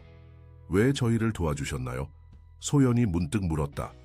처음에는 의아했어요. 왜 이렇게 유명한 사업가가 낯선 사람들을 위해 이토록 위험을 감수하는지. 민우는 잠시 생각에 잠겼다. 솔직히 저도 정확한 이유는 모르겠습니다. 하지만 진호를 처음 봤을 때 무언가 특별한 것을 느꼈어요. 그리고 그는 잠시 망설였다. 그리고요? 제 과거가 떠올랐습니다. 어린 시절 저도 도움이 필요했지만 아무도 들어주지 않았던 때가 있었어요. 소연은 이해한다는 듯 고개를 끄덕였다. 당신은 좋은 사람이에요, 정민우 씨. 그냥 민우라고 불러주세요. 네, 민우 씨. 그리고 저는 소연이에요. 그들은 서로를 바라보며 미소 지었다. 그 순간 무언가 특별한 연결이 그들 사이에 형성되는 것을 느낄 수 있었다. 하지만 그들은 아직 모르고 있었다. 김태준은 쉽게 포기하지 않을 것이며 그의 분노와 복수심은 더욱 커져만 가고 있다는 사실을. 어둠 속의 그림자 법원의 판결 이후 일주일이 지났다. 소연은 민우의 집에서 안정을 찾아가고 있었다. 약물의 영향이 서서히 사라지면서 그녀의 정신은 점점 더 명료해졌다. 진호는 다시 웃음을 되찾았고 민우의 집을 마치 자신의 집처럼 편안하게 여기는 것 같았다. 그날 아침 민우는 자신의 홈오피스에서 일하고 있었다. 그는 회사 일을 거의 일주일 동안 소홀히 했고 이제 뒤처진 업무를 따라잡을 필요가 있었다. 그의 비서 김미영이 화상회의를 통해 보고하고 있었다. 회장님, 김태준이 언론에 인터뷰를 했습니다. 그는 여전히 자신이 억울하게 누명을 썼다고 주장하고 있어요. 민우는 한숨을 쉬었다. 예상했던 일이네요. 다른 뉴스는요? 네, 몇몇 투자자들이 우려를 표명하고 있습니다. 회장님이 개인적인 문제에 너무 많은 시간을 할애하고 있다고 생각하는 것 같아요.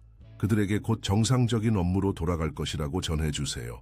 그리고 다음 주에 투자자 미팅을 잡아주세요. 네, 회장님. 그리고 한 가지 더.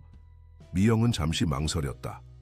몇몇 기자들이 회장님과 김소연 씨의 관계에 대해 질문하고 있습니다. 특히 왜 그녀와 그녀의 아들이 회장님 집에 머물고 있는지에 대해서요. 민우는 이 말을 문질렀다. 그들에게 노코멘트라고 전해주세요.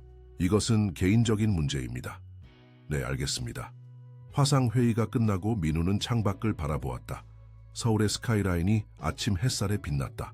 그는 자신이 이 상황에 깊이 관여하게 된 것에 대해 가끔 의문을 품었다. 하지만 소연과 진호가 안전하게 지내는 모습을 볼 때마다 그는 옳은 일을 했다고 느꼈다. 문을 두드리는 소리에 민우는 생각에서 깨어났다. 들어오세요. 소연이 문을 열고 들어왔다. 그녀는 캐주얼한 옷차림이었지만 여전히 우아함을 잃지 않았다. 그녀의 얼굴은 이전보다 건강해 보였다. 방해해서 죄송해요. 소연이 말했다. 민우는 미소 지었다.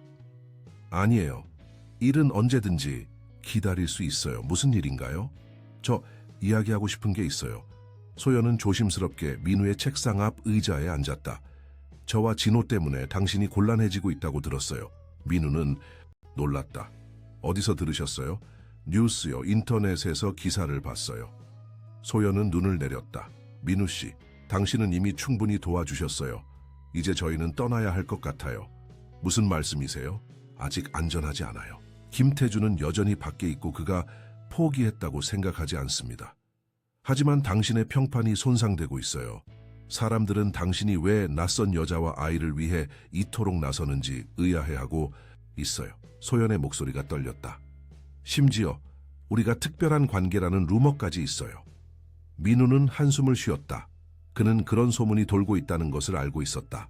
하지만 그는 신경 쓰지 않았다며. 소연 씨, 저는 그런 소문에 신경 쓰지 않아요. 중요한 것은 당신과 진호의 안전입니다. 그리고 솔직히 말하자면 그는 잠시 말을 멈추었다. 네? 저는 당신들과 함께 있는 것이 좋아요. 진호는 제게 특별한 아이예요. 그리고 당신도. 민우는 말을 끝맺지 못했다. 소연의 얼굴이 붉어졌다. 그녀는 민우의 눈을 직접 바라보지 못했다.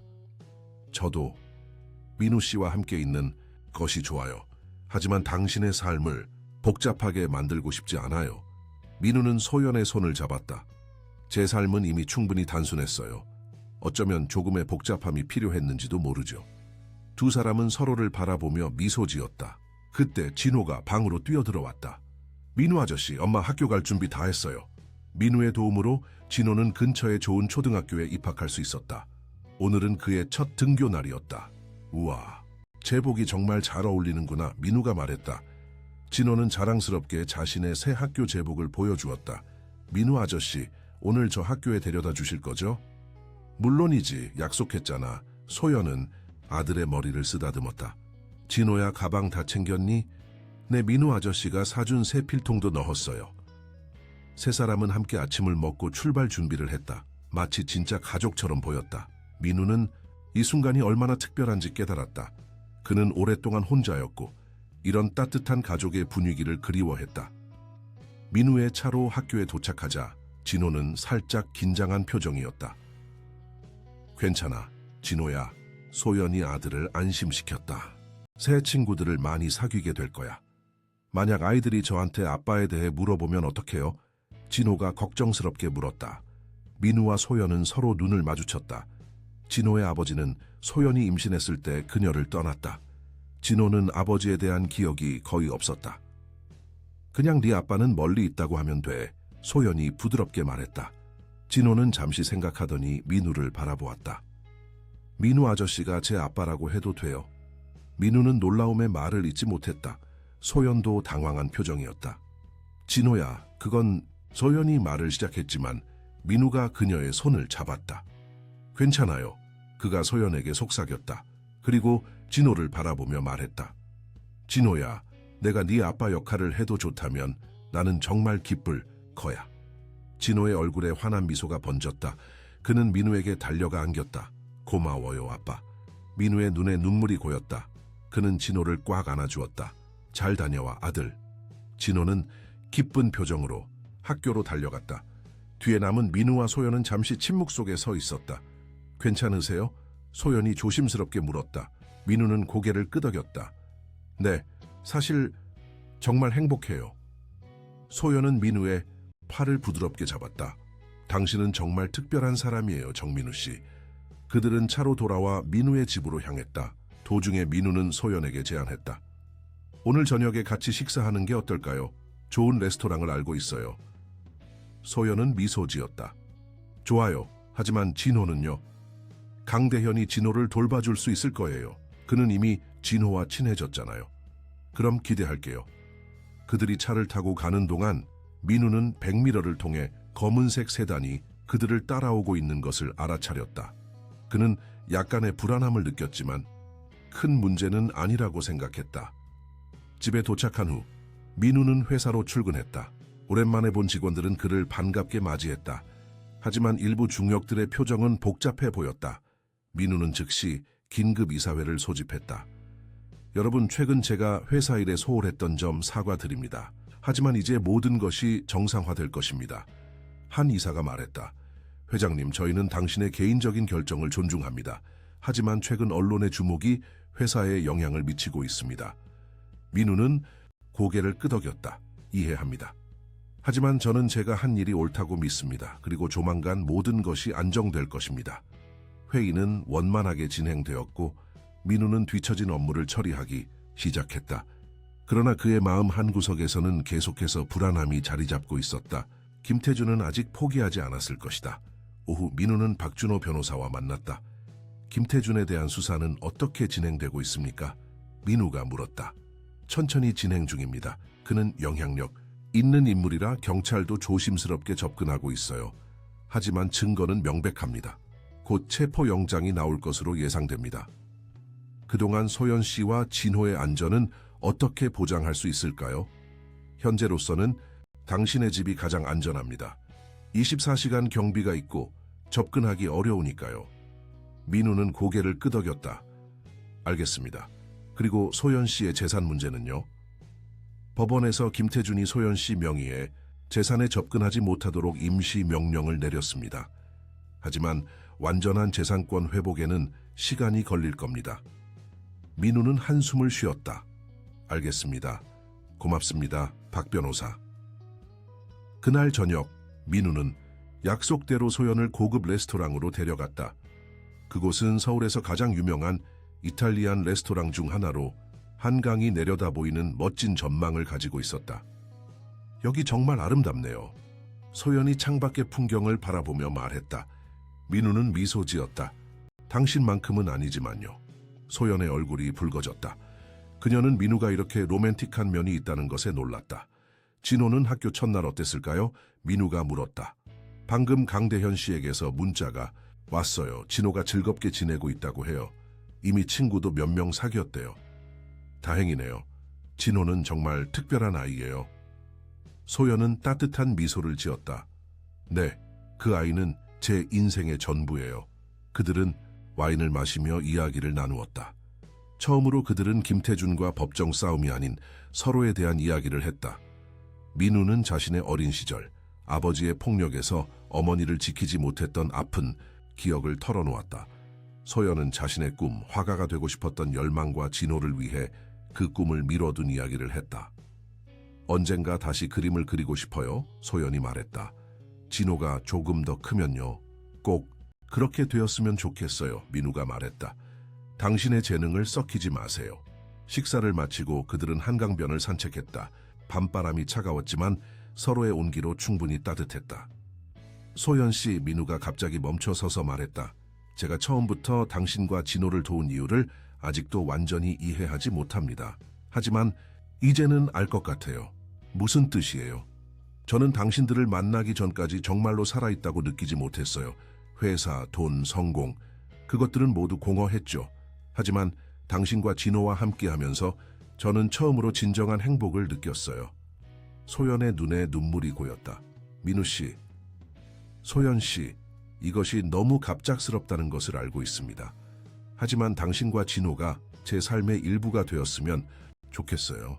물론 당신의 마음이 준비되었을 때요. 소연은 잠시 침묵했다. 그녀는 민우의 손을 잡았다. 저도 같은 마음이에요. 하지만 모든 일이 해결된 후에 천천히 시작하는 것이 좋을 것 같아요. 민우는 고개를 끄덕였다. 물론이죠. 우리에겐 충분한 시간이 있습니다. 그들은 서로를 바라보았다. 천천히 민우는 소연에게 다가가 그녀의 입술에 부드럽게 키스했다. 그것은 짧지만 달콤한 순간이었다. 그들이 차로 돌아가는 길에 민우는 다시 한번 검은색 세단을 발견했다. 이번에는 확실했다. 누군가 그들을 미행하고 있었다. 소연 씨, 차에 타세요. 민우가 조용히 말했다. 누군가 우리를 따라오고 있어요.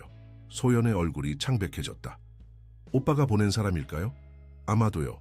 걱정하지 마세요. 제가 있잖아요. 그들은 서둘러 차에 타고 출발했다. 민우는 재빨리 강대현에게 전화를 걸었다. 대현 씨, 우리가 미행당하고 있어요. 진호는 괜찮습니까? 네, 회장님. 진호는 안전합니다. 제가 지키고 있어요. 좋아요. 우리는 곧 집에 도착할 겁니다. 경비를 강화해 주세요. 민우는 미행을 따돌리기 위해 여러 번 방향을 바꾸며 운전했다. 마침내 그들은 안전하게 민우의 집에 도착했다. 집에 들어서자마자 진호가 달려와 그들을 반겼다. 엄마, 아빠, 학교 너무 재밌었어요. 민우는 진호가 자신을 아빠라고 부르는 것에 여전히 놀라움을 느꼈지만 동시에 따뜻함도 느꼈다. 정말 어떤 점이 재밌었어? 민우가 물었다. 진호는 신나게 학교에서 있었던 일들을 이야기하기 시작했다. 민우와 소연은 진호의 이야기를 들으며 미소 지었다. 그러나 민우의 마음속에는 여전히 불안함이 자리 잡고 있었다. 진호가 잠든 후 민우는 소연에게 미행에 대해 이야기했다. 소연 씨, 김태준이 아직 포기하지 않은 것 같아요. 우리는 더 조심해야 합니다. 소연은 두려움이 가득한 눈으로 고개를 끄덕였다. 알아요. 오빠는 절대 포기하지 않을 거예요. 특히 자존심이 상처받았을 때는요. 걱정하지 마세요. 제가 당신과 진호를 지킬게요. 소연은 민우의 손을 잡았다. 고마워요, 민우 씨. 당신이 아니었다면 저와 진호는... 민우는 소연을 부드럽게 안아주었다. 이제 괜찮아요. 우리가 함께 있으니까요. 그날 밤 민우는 소연과 진호가 안전하게 잠든 것을 확인한 후 자신의 방으로 향했다. 그는 창밖을 바라보며 생각에 잠겼다. 그의 삶은 완전히 바뀌었다. 이제 그에게는 지켜야 할 사람들이 있었다. 그때 그의 전화가 울렸다. 발신자 번호는 표시되지 않았다. 여보세요? 민우가 조심스럽게 받았다. 정민우 씨, 낯익은 목소리가 들렸다. 김태준이었다. 우리 대화가 필요할 것 같군요. 민우는 긴장했다. 무슨 용건입니까? 제 여동생과 조카를 돌려주세요. 그러면 당신은 아무런 문제 없이 당신의 삶으로 돌아갈 수 있을 겁니다. 그들은 당신의 소유물이 아닙니다. 그리고 당신은 그들을 해치려 했어요. 김태준은 웃었다. 증명해보세요. 그 녹음은 법정에서 인정될지 몰라도 대중은 다른 이야기를 듣고 있습니다. 저는 이미 언론에 당신과 제 여동생의 특별한 관계에 대한 의혹을 제기했어요. 민우는 분노를 느꼈다. 더 이상 협박은 통하지 않습니다. 협박이 아닙니다, 정민우 씨. 경고입니다. 당신은 잘못된 상대와 싸우고 있어요. 내일 아침 뉴스를 기대하세요. 전화가 끊겼다. 민우는 불안감에 휩싸였다. 김태준이 무슨 짓을 꾸미고 있는 것일까? 그는 즉시 박준호에게 전화를 걸었다. 박 변호사, 김태준이 방금 전화했어요. 뭔가 계획하고 있는 것 같습니다. 조심하세요, 회장님. 그는 위험한 사람입니다. 경찰에 신고하는 게 좋을 것 같습니다. 민우는 동의했다. 그리고 강대현에게도 상황을 알렸다. 그는 경비를 더욱 강화하고 소연과 진호의 안전을 최우선으로 삼기로 결심했다. 다음 날 아침 민우는 일찍 깨어났다. 그는 걱정스러운 마음으로 뉴스를 확인했다. 그리고 그의 불안은 현실이 되었다. 서강그룹 정민우 회장, 불법 자금 세탁 의혹 헤드라인이 그를 충격에 빠뜨렸다.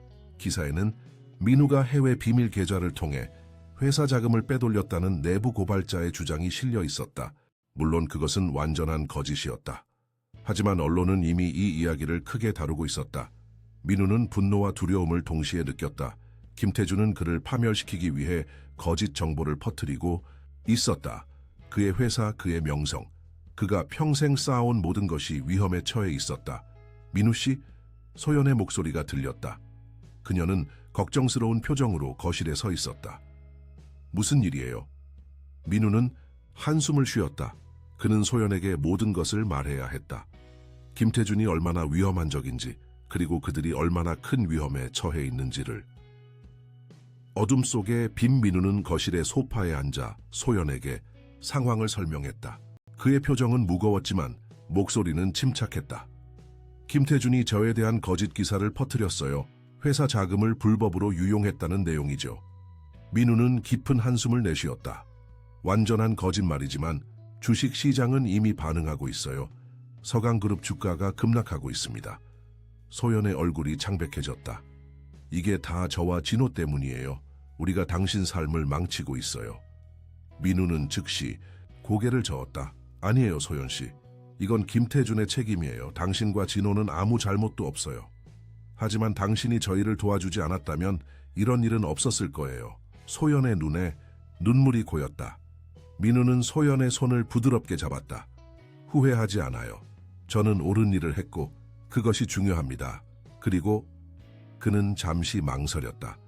당신과 진호를 만난 것은 제 인생에서 가장 소중한 일 중 하나예요. 그들의 대화는 진호가 방에 들어오면서 중단되었다. 아이는 학교 가방을 들고 있었다. 아빠, 오늘도 학교에 데려다 줄 거예요? 진호가 물었다. 민우는 미소를 지었다. 물론이지, 진호야. 하지만 오늘은 조금 다른 방식으로 가야 할 것 같아. 집 앞에 많은 기자들이 있거든. 왜요? 진호가 궁금해했다. 민우와 소연은 시선을 교환했다. 어린 진호에게 상황을 어떻게 설명해야 할까? 아빠가 중요한 사람이라서 기자들이 항상 관심을 가진단다. 민우가 부드럽게 설명했다. 오늘은 뒷문으로 나가자. 강대현 아저씨가 우리를 도와줄 거야. 진호는 단순하게 받아들이며 고개를 끄덕였다. 그들은 강대현의 도움으로 지하 주차장을 통해 집을 빠져나갔다. 다행히 기자들은 아직 그 출구를 발견하지 못했다. 학교에 진호를 내려준 후 민우는 회사로 향했다. 소연은 집에 돌아가기보다는 동행하기로 했다. 당신 옆에 있고 싶어요. 그녀가 말했다. 제가 할 수 있는 일이 있다면 뭐든지 하고 싶어요.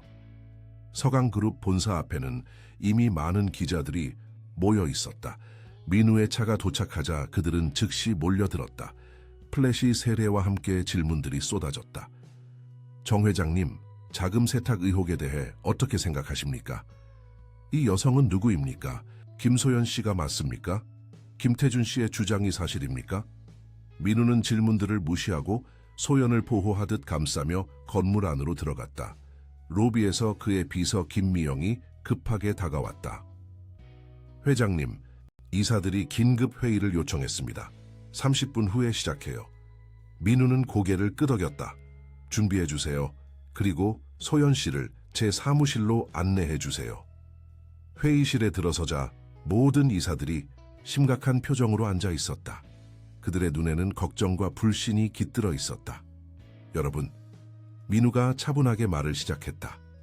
오늘 아침 뉴스에 나온 모든 의혹은 완전한 거짓입니다. 저는 결코 회사 자금을 불법으로 사용한 적이 없습니다.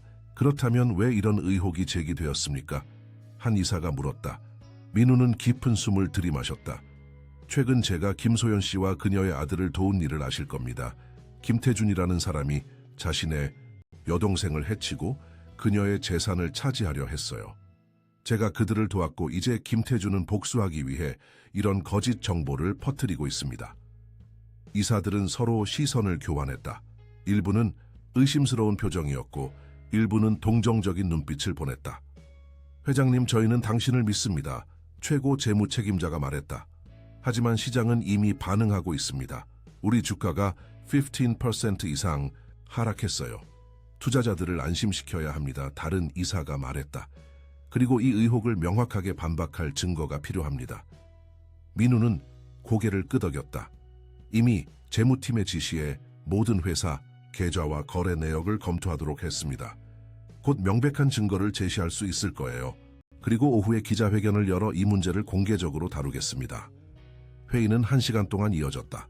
많은 질문과 우려가 제기되었지만 최종적으로 이사회는 민우를 지지하기로 결정했다. 그들은 그의 리더십과 성실성을 믿었다. 회의가 끝난 후 민우는 사무실로 돌아왔다. 소연은 창가에 서서 서울의 스카이라인을 바라보고 있었다. 그녀는 민우가 들어오자 돌아보았다. 어땠어요? 소연이 걱정스럽게 물었다. 괜찮아요. 이사들은 저를 믿어주고 있어요.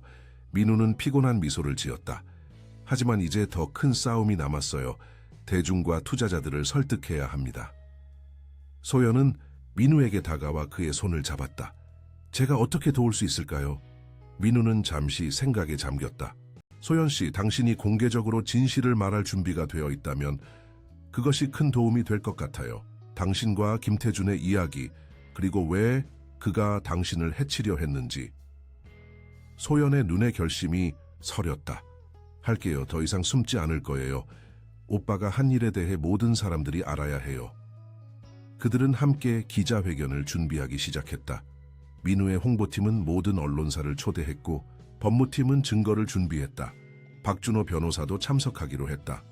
오후 3시 서강그룹 본사 기자회견장은 언론인들로 가득 찼다. 카메라 플래시가 쉴 새 없이 터지는 가운데 민우가 소연과 함께 단상에 올랐다. 여러분, 오늘 아침 보도된 내용은 완전한 거짓입니다. 민우가 단호하게 말했다. 저는 결코 회사 자금을 불법으로 사용한 적이 없습니다. 이 모든 의혹은 김태준이라는 사람의 악의적인 공격입니다. 민우는 재무팀이 준비한 자료를 제시했다. 서강그룹의 모든 재무 거래는 투명하게 진행되었으며 어떠한 불법적인 활동도 없었다는 증거였다. 그리고 이제 김소연 씨가 직접 이야기하겠습니다. 민우는 소연에게 마이크를 넘겼다.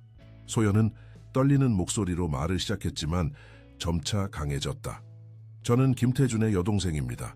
제 오빠는 부모님이 남겨주신 재산을 차지하기 위해 저를 해치려 했습니다. 그는 도박 빚으로 인해 절박한 상황에 처해 있었고 제가 재산권 양도를 거부하자 저를 폭행했습니다. 소연은 병원 기록, 법원 판결문, 그리고 녹음 파일의 전문가 분석 결과를 모두 공개했다. 그녀는 김태준이 어떻게 자신을 정신병자로 위장하려 했는지, 그리고 어떻게 자신의 아들 진호가 용감하게 도움을 구했는지 이야기했다. 정민우 회장님은 제 아들의 외침을 들은 유일한 사람이었습니다. 그가 아니었다면 저는 지금 여기 없었을 것입니다. 그는 어떠한 개인적인 이득도 없이 저희를 도왔습니다. 오빠의 주장은 모두 거짓이며 이제 그는 민우 씨를 파멸시키기 위해 이런 거짓 의혹을 퍼뜨리고 있는 것입니다. 기자들은 쏟아지는 질문을 던졌고 민우와 소연은 모든 질문에 솔직하게 답했다. 그들은 아무것도 숨기지 않았다. 심지어 둘 사이에 감정에 대한 질문에도 솔직하게 대답했다. 네, 저는 소연 씨와 진우에게 특별한 감정을 가지고 있습니다. 민우가 인정했다. 하지만 그것은 이 사건 이후에 발전한 것이며 제가 그들을 도운 이유는 단순히 그것이 옳은 일이었기 때문입니다. 기자회견은 예상보다 훨씬 긍정적인 분위기로 마무리되었다. 많은 기자들이 소연의 용기 있는 발언에 감동받았고 민우의 투명한 태도에 호의적인 반응을 보였다. 회견이 끝난 후 박준호가 그들에게 다가왔다. 잘하셨습니다. 이것으로 대중의 여론이 바뀔 것 같아요. 김태준은요? 민우가 물었다. 경찰이 그를 찾고 있습니다. 하지만 아직 체포하지 못했어요. 그는 어디론가 도주한 것 같습니다. 민우는 불안함을 느꼈다. 김태준이 여전히 자유롭다는 것은 그들이 아직 안전하지 않다는 의미였다. 소연 씨와 진호의 안전을 최우선으로 해주세요. 민우가 부탁했다. 박준호는 고개를 끄덕였다. 이미 경찰에 24시간 보호를 요청했습니다. 그리고 강대현 씨가 추가 보안팀을 배치했고요. 사무실로 돌아온 민우와 소연은 잠시 휴식을 취했다. 긴장된 하루였지만 그들은 무언가 진전을 이루어낸 것 같았다. 고마워요, 소연 씨, 민우가 말했다. 오늘 정말 용감했어요. 소연은 미소 지었다. 이제 제가 당신을 도울 차례였잖아요. 그들은 잠시 서로를 바라보았다. 그리고 어떤 말보다 더 강한 유대감을 느꼈다. 그들은 이미 많은 시련을 함께 겪었고 그것이 그들을 더욱 가깝게 만들었다. 저녁에 그들은 진호를 학교에서 데리고 왔다. 아이는 그날 있었던 일에 대해 아무것도 모르는 채 즐겁게 학교 이야기를 했다. 오늘 선생님이 가족 그림을 그리라고 했어요. 진호가 말했다. 저는 엄마와 아빠 그리고 저를 그렸어요. 민우와 소연은 놀란 표정으로 서로를 바라보았다. 진호는 가방에서 그림을 꺼내 보여주었다. 세 사람이 손을 잡고 서 있는 그림이었다. 민우의 눈에 눈물이 고였다. 정말 멋진 그림이구나 진호야. 그가 감동한 목소리로 말했다. 그날 밤 진호가 잠든 후 민우와 소연은 테라스에서 와인을 마시며 이야기를 나누었다. 도시의 불빛이 반짝이는 가운데 그들은 미래에 대해 조심스럽게 희망을 키웠다. 오늘 기자회견 이후 상황이 좋아질 것 같아요. 민우가 말했다. 주가도 조금씩 회복되고 있고 투자자들도 다시 신뢰를 보이기 시작했어요. 다행이네요. 소연이 안도의 한숨을 내쉬었다. 하지만 오빠가 아직 잡히지 않았다는 게 걱정돼요. 걱정하지 마세요.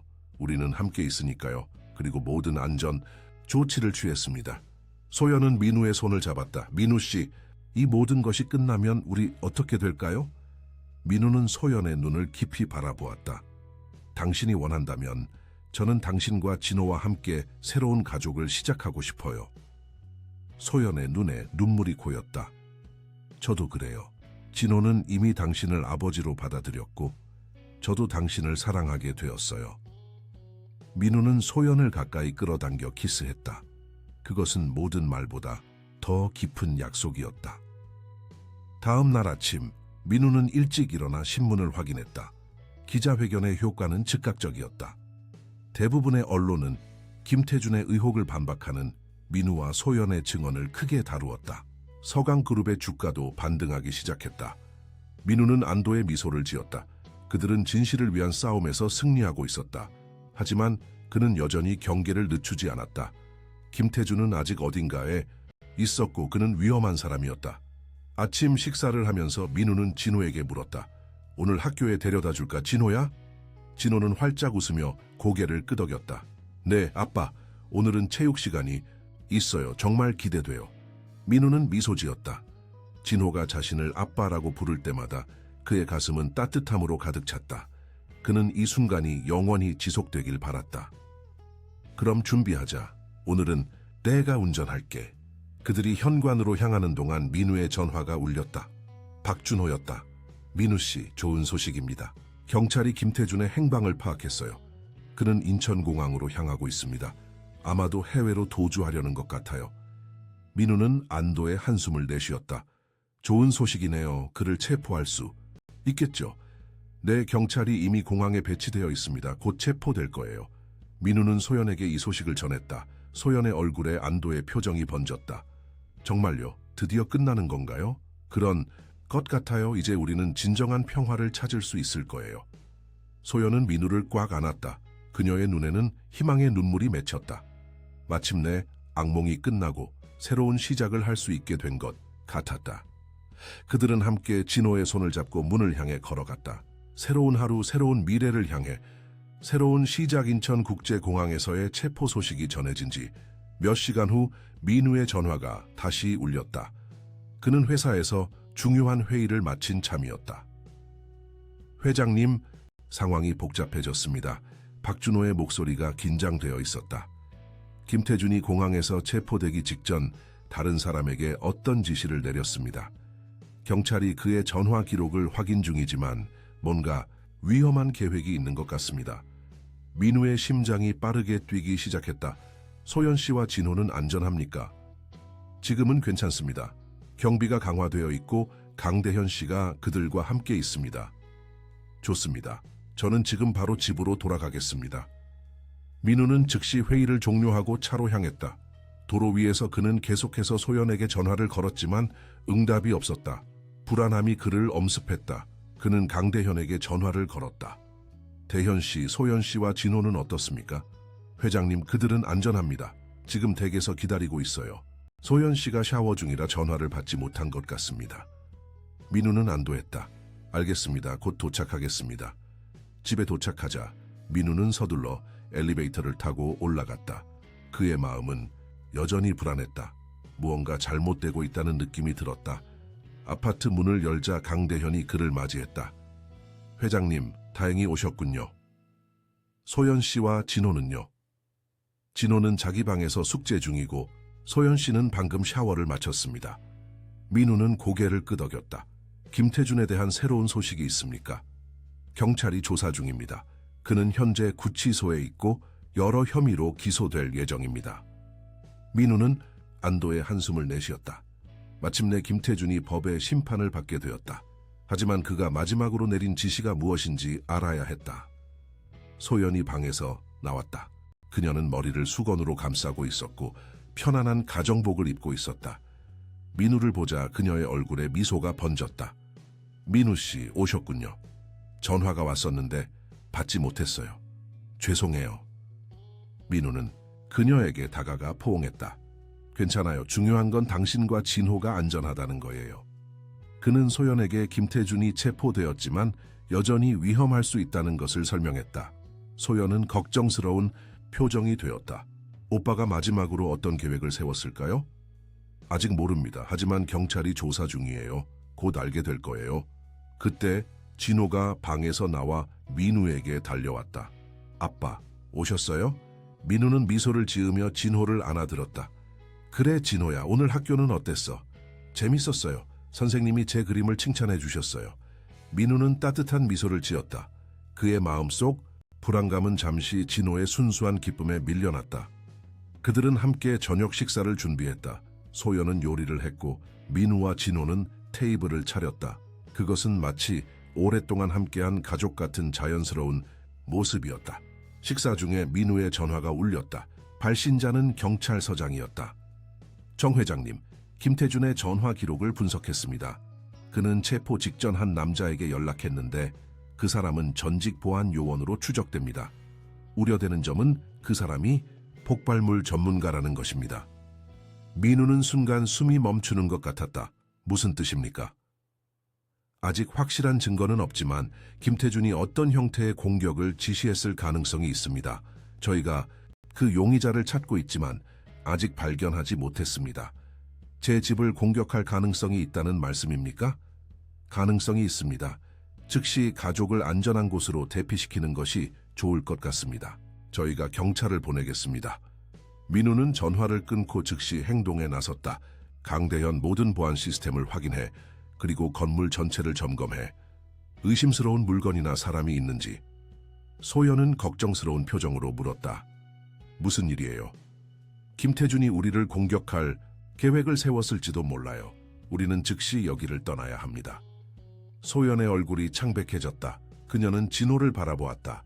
아이는 아직 아무것도 모르는 채 저녁 식사를 즐기고 있었다. 어디로 가야 하죠? 소연이 속삭였다. 제 별장으로 가요. 강원도에 있어요. 아무도 모르는 곳이에요. 그들은 신속하게 필요한 물건만 챙겼다. 민우는 진호에게 갑작스러운 여행을 설명했고 다행히 아이는 흥분하며 받아들였다. 강원도에 가요. 와, 신나요. 거기 눈이 많이 와요. 민우는 미소를 지었다. 지금은 봄이라 눈은 없어. 하지만 아름다운 산과 호수가 있단다. 그들이 출발 준비를 마쳤을 때 강대현이 돌아왔다. 그의 표정은 심각했다. 회장님, 건물 지하 주차장에서 의심스러운 장치를 발견했습니다. 폭발물 처리반을 호출했습니다. 민우의 심장이 빠르게 뛰었다. 모든 주민들이 대피해야 합니다. 즉시 경보를 울려주세요. 강대현은 고개를 끄덕이고 행동에 나섰다. 건물 전체에 대피 경보가 울렸다. 주민들이 놀란 표정으로 방을 나오기 시작했다. 민우는 소연과 진호를 데리고 계단으로 향했다. 엘리베이터는 이런 상황에서 위험할 수 있었다.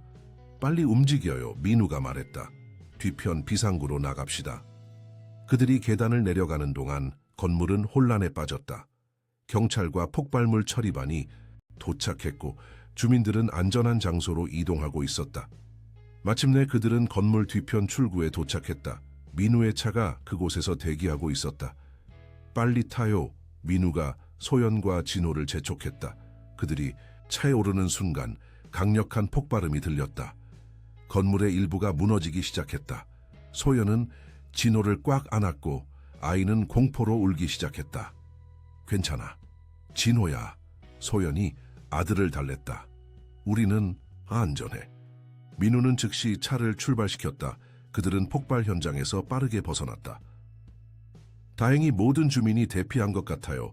민우가 백미러로 상황을 확인하며 말했다. 인명피해는 없을 것 같습니다. 소연은 눈물을 흘리고 있었다. 오빠가 정말 이런 짓을 했다니 사람들을 해칠 수도 있었어요. 민우는 소연의 손을 잡았다. 이제 끝났어요. 김태준은 이 일로 더 무거운 형을 받게 될 거예요. 그는 다시는 우리를 해치지 못할 겁니다.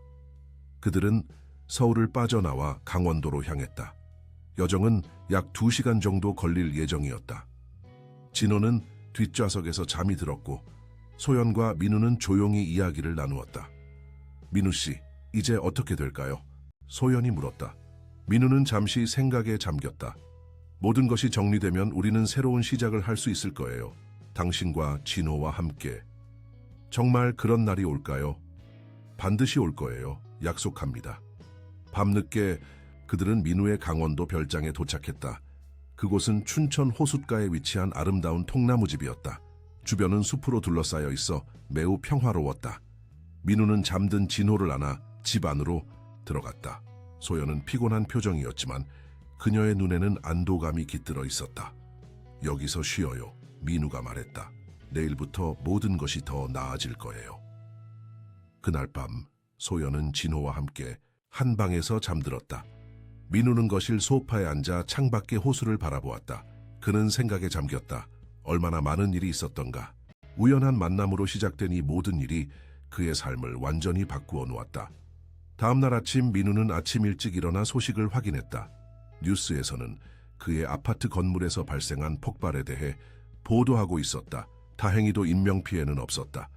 경찰은 이미 폭발물을 설치한 용의자를 체포했고 그는 김태준과의 연결고리를 인정했다. 민우 씨, 소연의 목소리가 들렸다. 그녀는 잠옷 차림으로 부엌에 서 있었다. 무슨 일이에요? 민우는 미소 지었다. 좋은 소식이에요. 범인이 체포되었고 김태준과의 관계를 인정했어요. 이제 그는 절대 빠져나올 수 없을 겁니다. 소연의 얼굴에 안도의 표정이 번졌다. 정말요? 드디어 끝난 건가요? 네, 이제 정말로 끝났어요. 소연은 민우에게 다가가 그를 꽉 안았다. 당신이 아니었다면 저와 진호는 생각하기도 싫어요. 민우는 소연의 머리를 부드럽게 쓰다듬었다. 이제 그런 일은 없을 거예요. 우리는 함께 새로운 시작을 할 거예요. 그때 진호가 방에서 나왔다. 그는 잠에서 깨어난 모습이었지만 그의 얼굴에는 미소가 가득했다. 엄마, 아빠 여기 정말 멋있어요. 민우는 진호에게 다가가 그를 안아들었다. 그렇지? 오늘은 호숫가에서 산책도 하고 배도 타볼까? 진호의 눈이 반짝였다. 정말요? 와, 신나요. 그들은 함께 아침 식사를 준비했다. 소연은 팬케이크를 만들었고 민우는 과일을 썰었다. 진호는 테이블을 차렸다. 그것은 완벽한 가족의 모습이었다. 식사 후 그들은 호숫가로 나갔다. 봄의 춘천은 아름다웠다. 호수는 맑은 파란색으로 빛났고 주변의 나무들은 새잎으로 가득했다. 진호는 신나게 뛰어다니며 새로운 환경을 탐험했다. 여기 정말 평화롭네요. 소연이 말했다. 민우는 고개를 끄덕였다. 이곳이 제가 가장 좋아하는 장소예요. 복잡한 서울에서 벗어나 생각을 정리할 때 자주 옵니다. 진호도 이곳을 정말 좋아하는 것 같아요. 그들은 호숫가를 따라 천천히 걸었다. 진호는 앞서 뛰어다니며 조약돌을 물에 던지고 있었다. 소연 씨, 민우가 갑자기 걸음을 멈추고 말했다. 당신과 진호는 제 인생의 가장 큰 행운이에요. 소연은 미소 지었다. 민우 씨도 저희에게 행운이에요. 이런 질문이 너무 이른지 모르겠지만 민우는 잠시 망설였다. 당신과 진호가 저와 함께 살아주셨으면 합니다. 제 아내와 진호의 아버지로서요. 소연의 눈에 눈물이 고였다. 민우 씨, 물론 당신이 준비될 때까지 기다릴 수 있어요. 서두를 필요는 없습니다.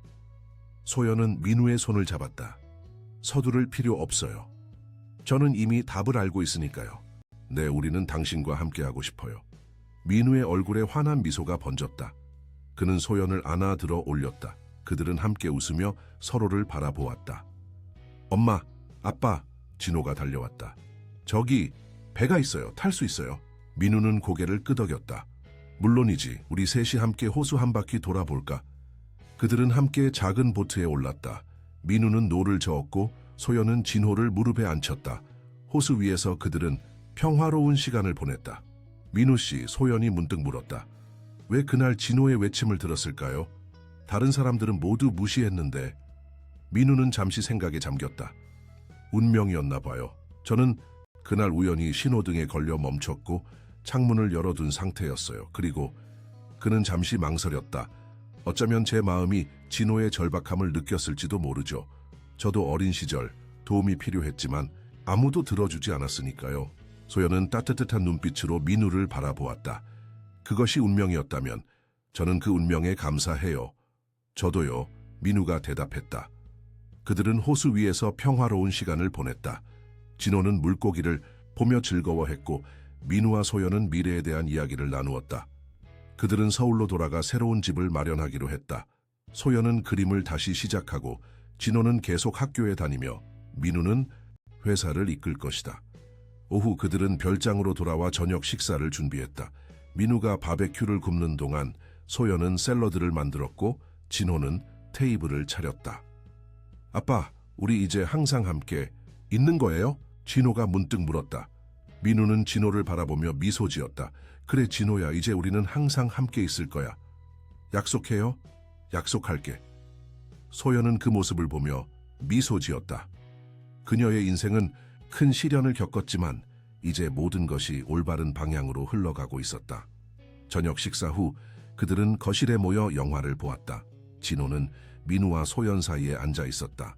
영화가 끝날 무렵 진호는 잠이 들었다. 그를 침대에 눕힐게요. 민우가 말했다. 그는 진호를 조심스럽게 안아 방으로 데려갔다. 진호를 이불 속에 눕히고 나서 민우는 잠시 아이의 얼굴을 바라보았다. 그는 이 작은 소년에게 깊은 애정을 느꼈다. 마치 자신의 아들인 것처럼. 좋은 꿈 꾸렴 아들아. 민우는 속삭였다. 그는 진호의 이마에 부드럽게 키스하고 방을 나왔다. 거실로 돌아오자 소연은 테라스에 서 있었다. 그녀는 별이 빛나는 하늘을 바라보고 있었다. 아름다운 밤이에요. 민우가 그녀에게 다가가며 말했다. 소연은 미소 지었다. 네, 정말 아름다워요. 마치 새로운 시작처럼요. 민우는 소연의 손을 잡았다. 우리의 새로운 시작이에요. 그들은 서로를 바라보며 미소 지었다. 달빛 아래 그들의 얼굴은 평화로워 보였다. 모든 어려움과 시련을 이겨내고 그들은 마침내 진정한 행복을 찾았다. 3개월 후 서울의 한 교회에서 민우와 소연의 결혼식이 열렸다. 그것은 소박하지만 따뜻한 자리였다. 가장 행복해 보이는 사람은 진호였다. 그는 자랑스럽게 반지를 들고 걸어갔다. 이제 우리는 진짜 가족이 되었네요. 소연이 결혼식 후 민우에게 말했다. 민우는 미소 지으며 고개를 저었다. 우리는 이미 진짜 가족이었어요. 오늘은 그저 그것을 모두에게 알린 것뿐이죠. 그들은 함께 새 집으로 향했다. 그곳은 한강이 내려다 보이는 아름다운 아파트였다. 민우는 소연을 위해 한 방을 화실로 꾸며주었고 진호에게는 멋진 침실을 마련해 주었다. 우리 집에 온 것을 환영해요. 민우가 말했다. 소연은 행복한 미소를 지었다. 아니, 우리 집이요. 그들은 함께 거실 창가로 걸어갔다. 서울의 풍경이 저녁 노을에 물들어 있었다. 생각해보면 신기해요. 소연이 말했다. 그날 진호가 당신을 발견하지 않았다면 우리는 지금 이렇게 행복하지 않았을 거예요. 민우는 소연을 안아주었다. 때로는 가장 어두운 순간에 가장 밝은 빛이 찾아오는 법이죠. 진호가 그들에게 달려와 안겼다. 그들은 함께 서울의 황혼을 바라보았다. 새 사람의 그림자가 벽에 하나로 합쳐졌다. 이것이 바로 진정한 행복이었다. 처음에는 우연한 만남이었지만 이제는 운명이 되었다. 민우는 자신이 얼마나 축복받았는지 깨달았다. 그는 소연과 진호를 더 꽉 안았다. 그의 가족, 그의 행복, 그의 모든 것. 파임데이 히스토리아. 소중한 청취자 여러분, 정민우, 김소연, 그리고 작은 진호의 감동적인 여정이 여러분의 마음을 움직였기를 바랍니다. 이 이야기는 때로는 가장 어두운 순간에서도 희망과 사랑이 피어날 수 있다는 것을 보여줍니다. 더 많은 감동적인 이야기를 위해 저희 채널을 구독하고 이 영상의 좋아요와 댓글을 남겨주세요. 여러분의 지지가 저희에게 큰 힘이 됩니다. 왼쪽에 있는 재생 목록을 클릭하시면 비슷한 감동 이야기들을 만나보실 수 있습니다. 매일 새로운 이야기로 여러분의 마음을 따뜻하게 해드리겠습니다. 여러분의 생각과 감상을 댓글로 나눠주세요. 함께 이야기의 힘을 느껴봐요.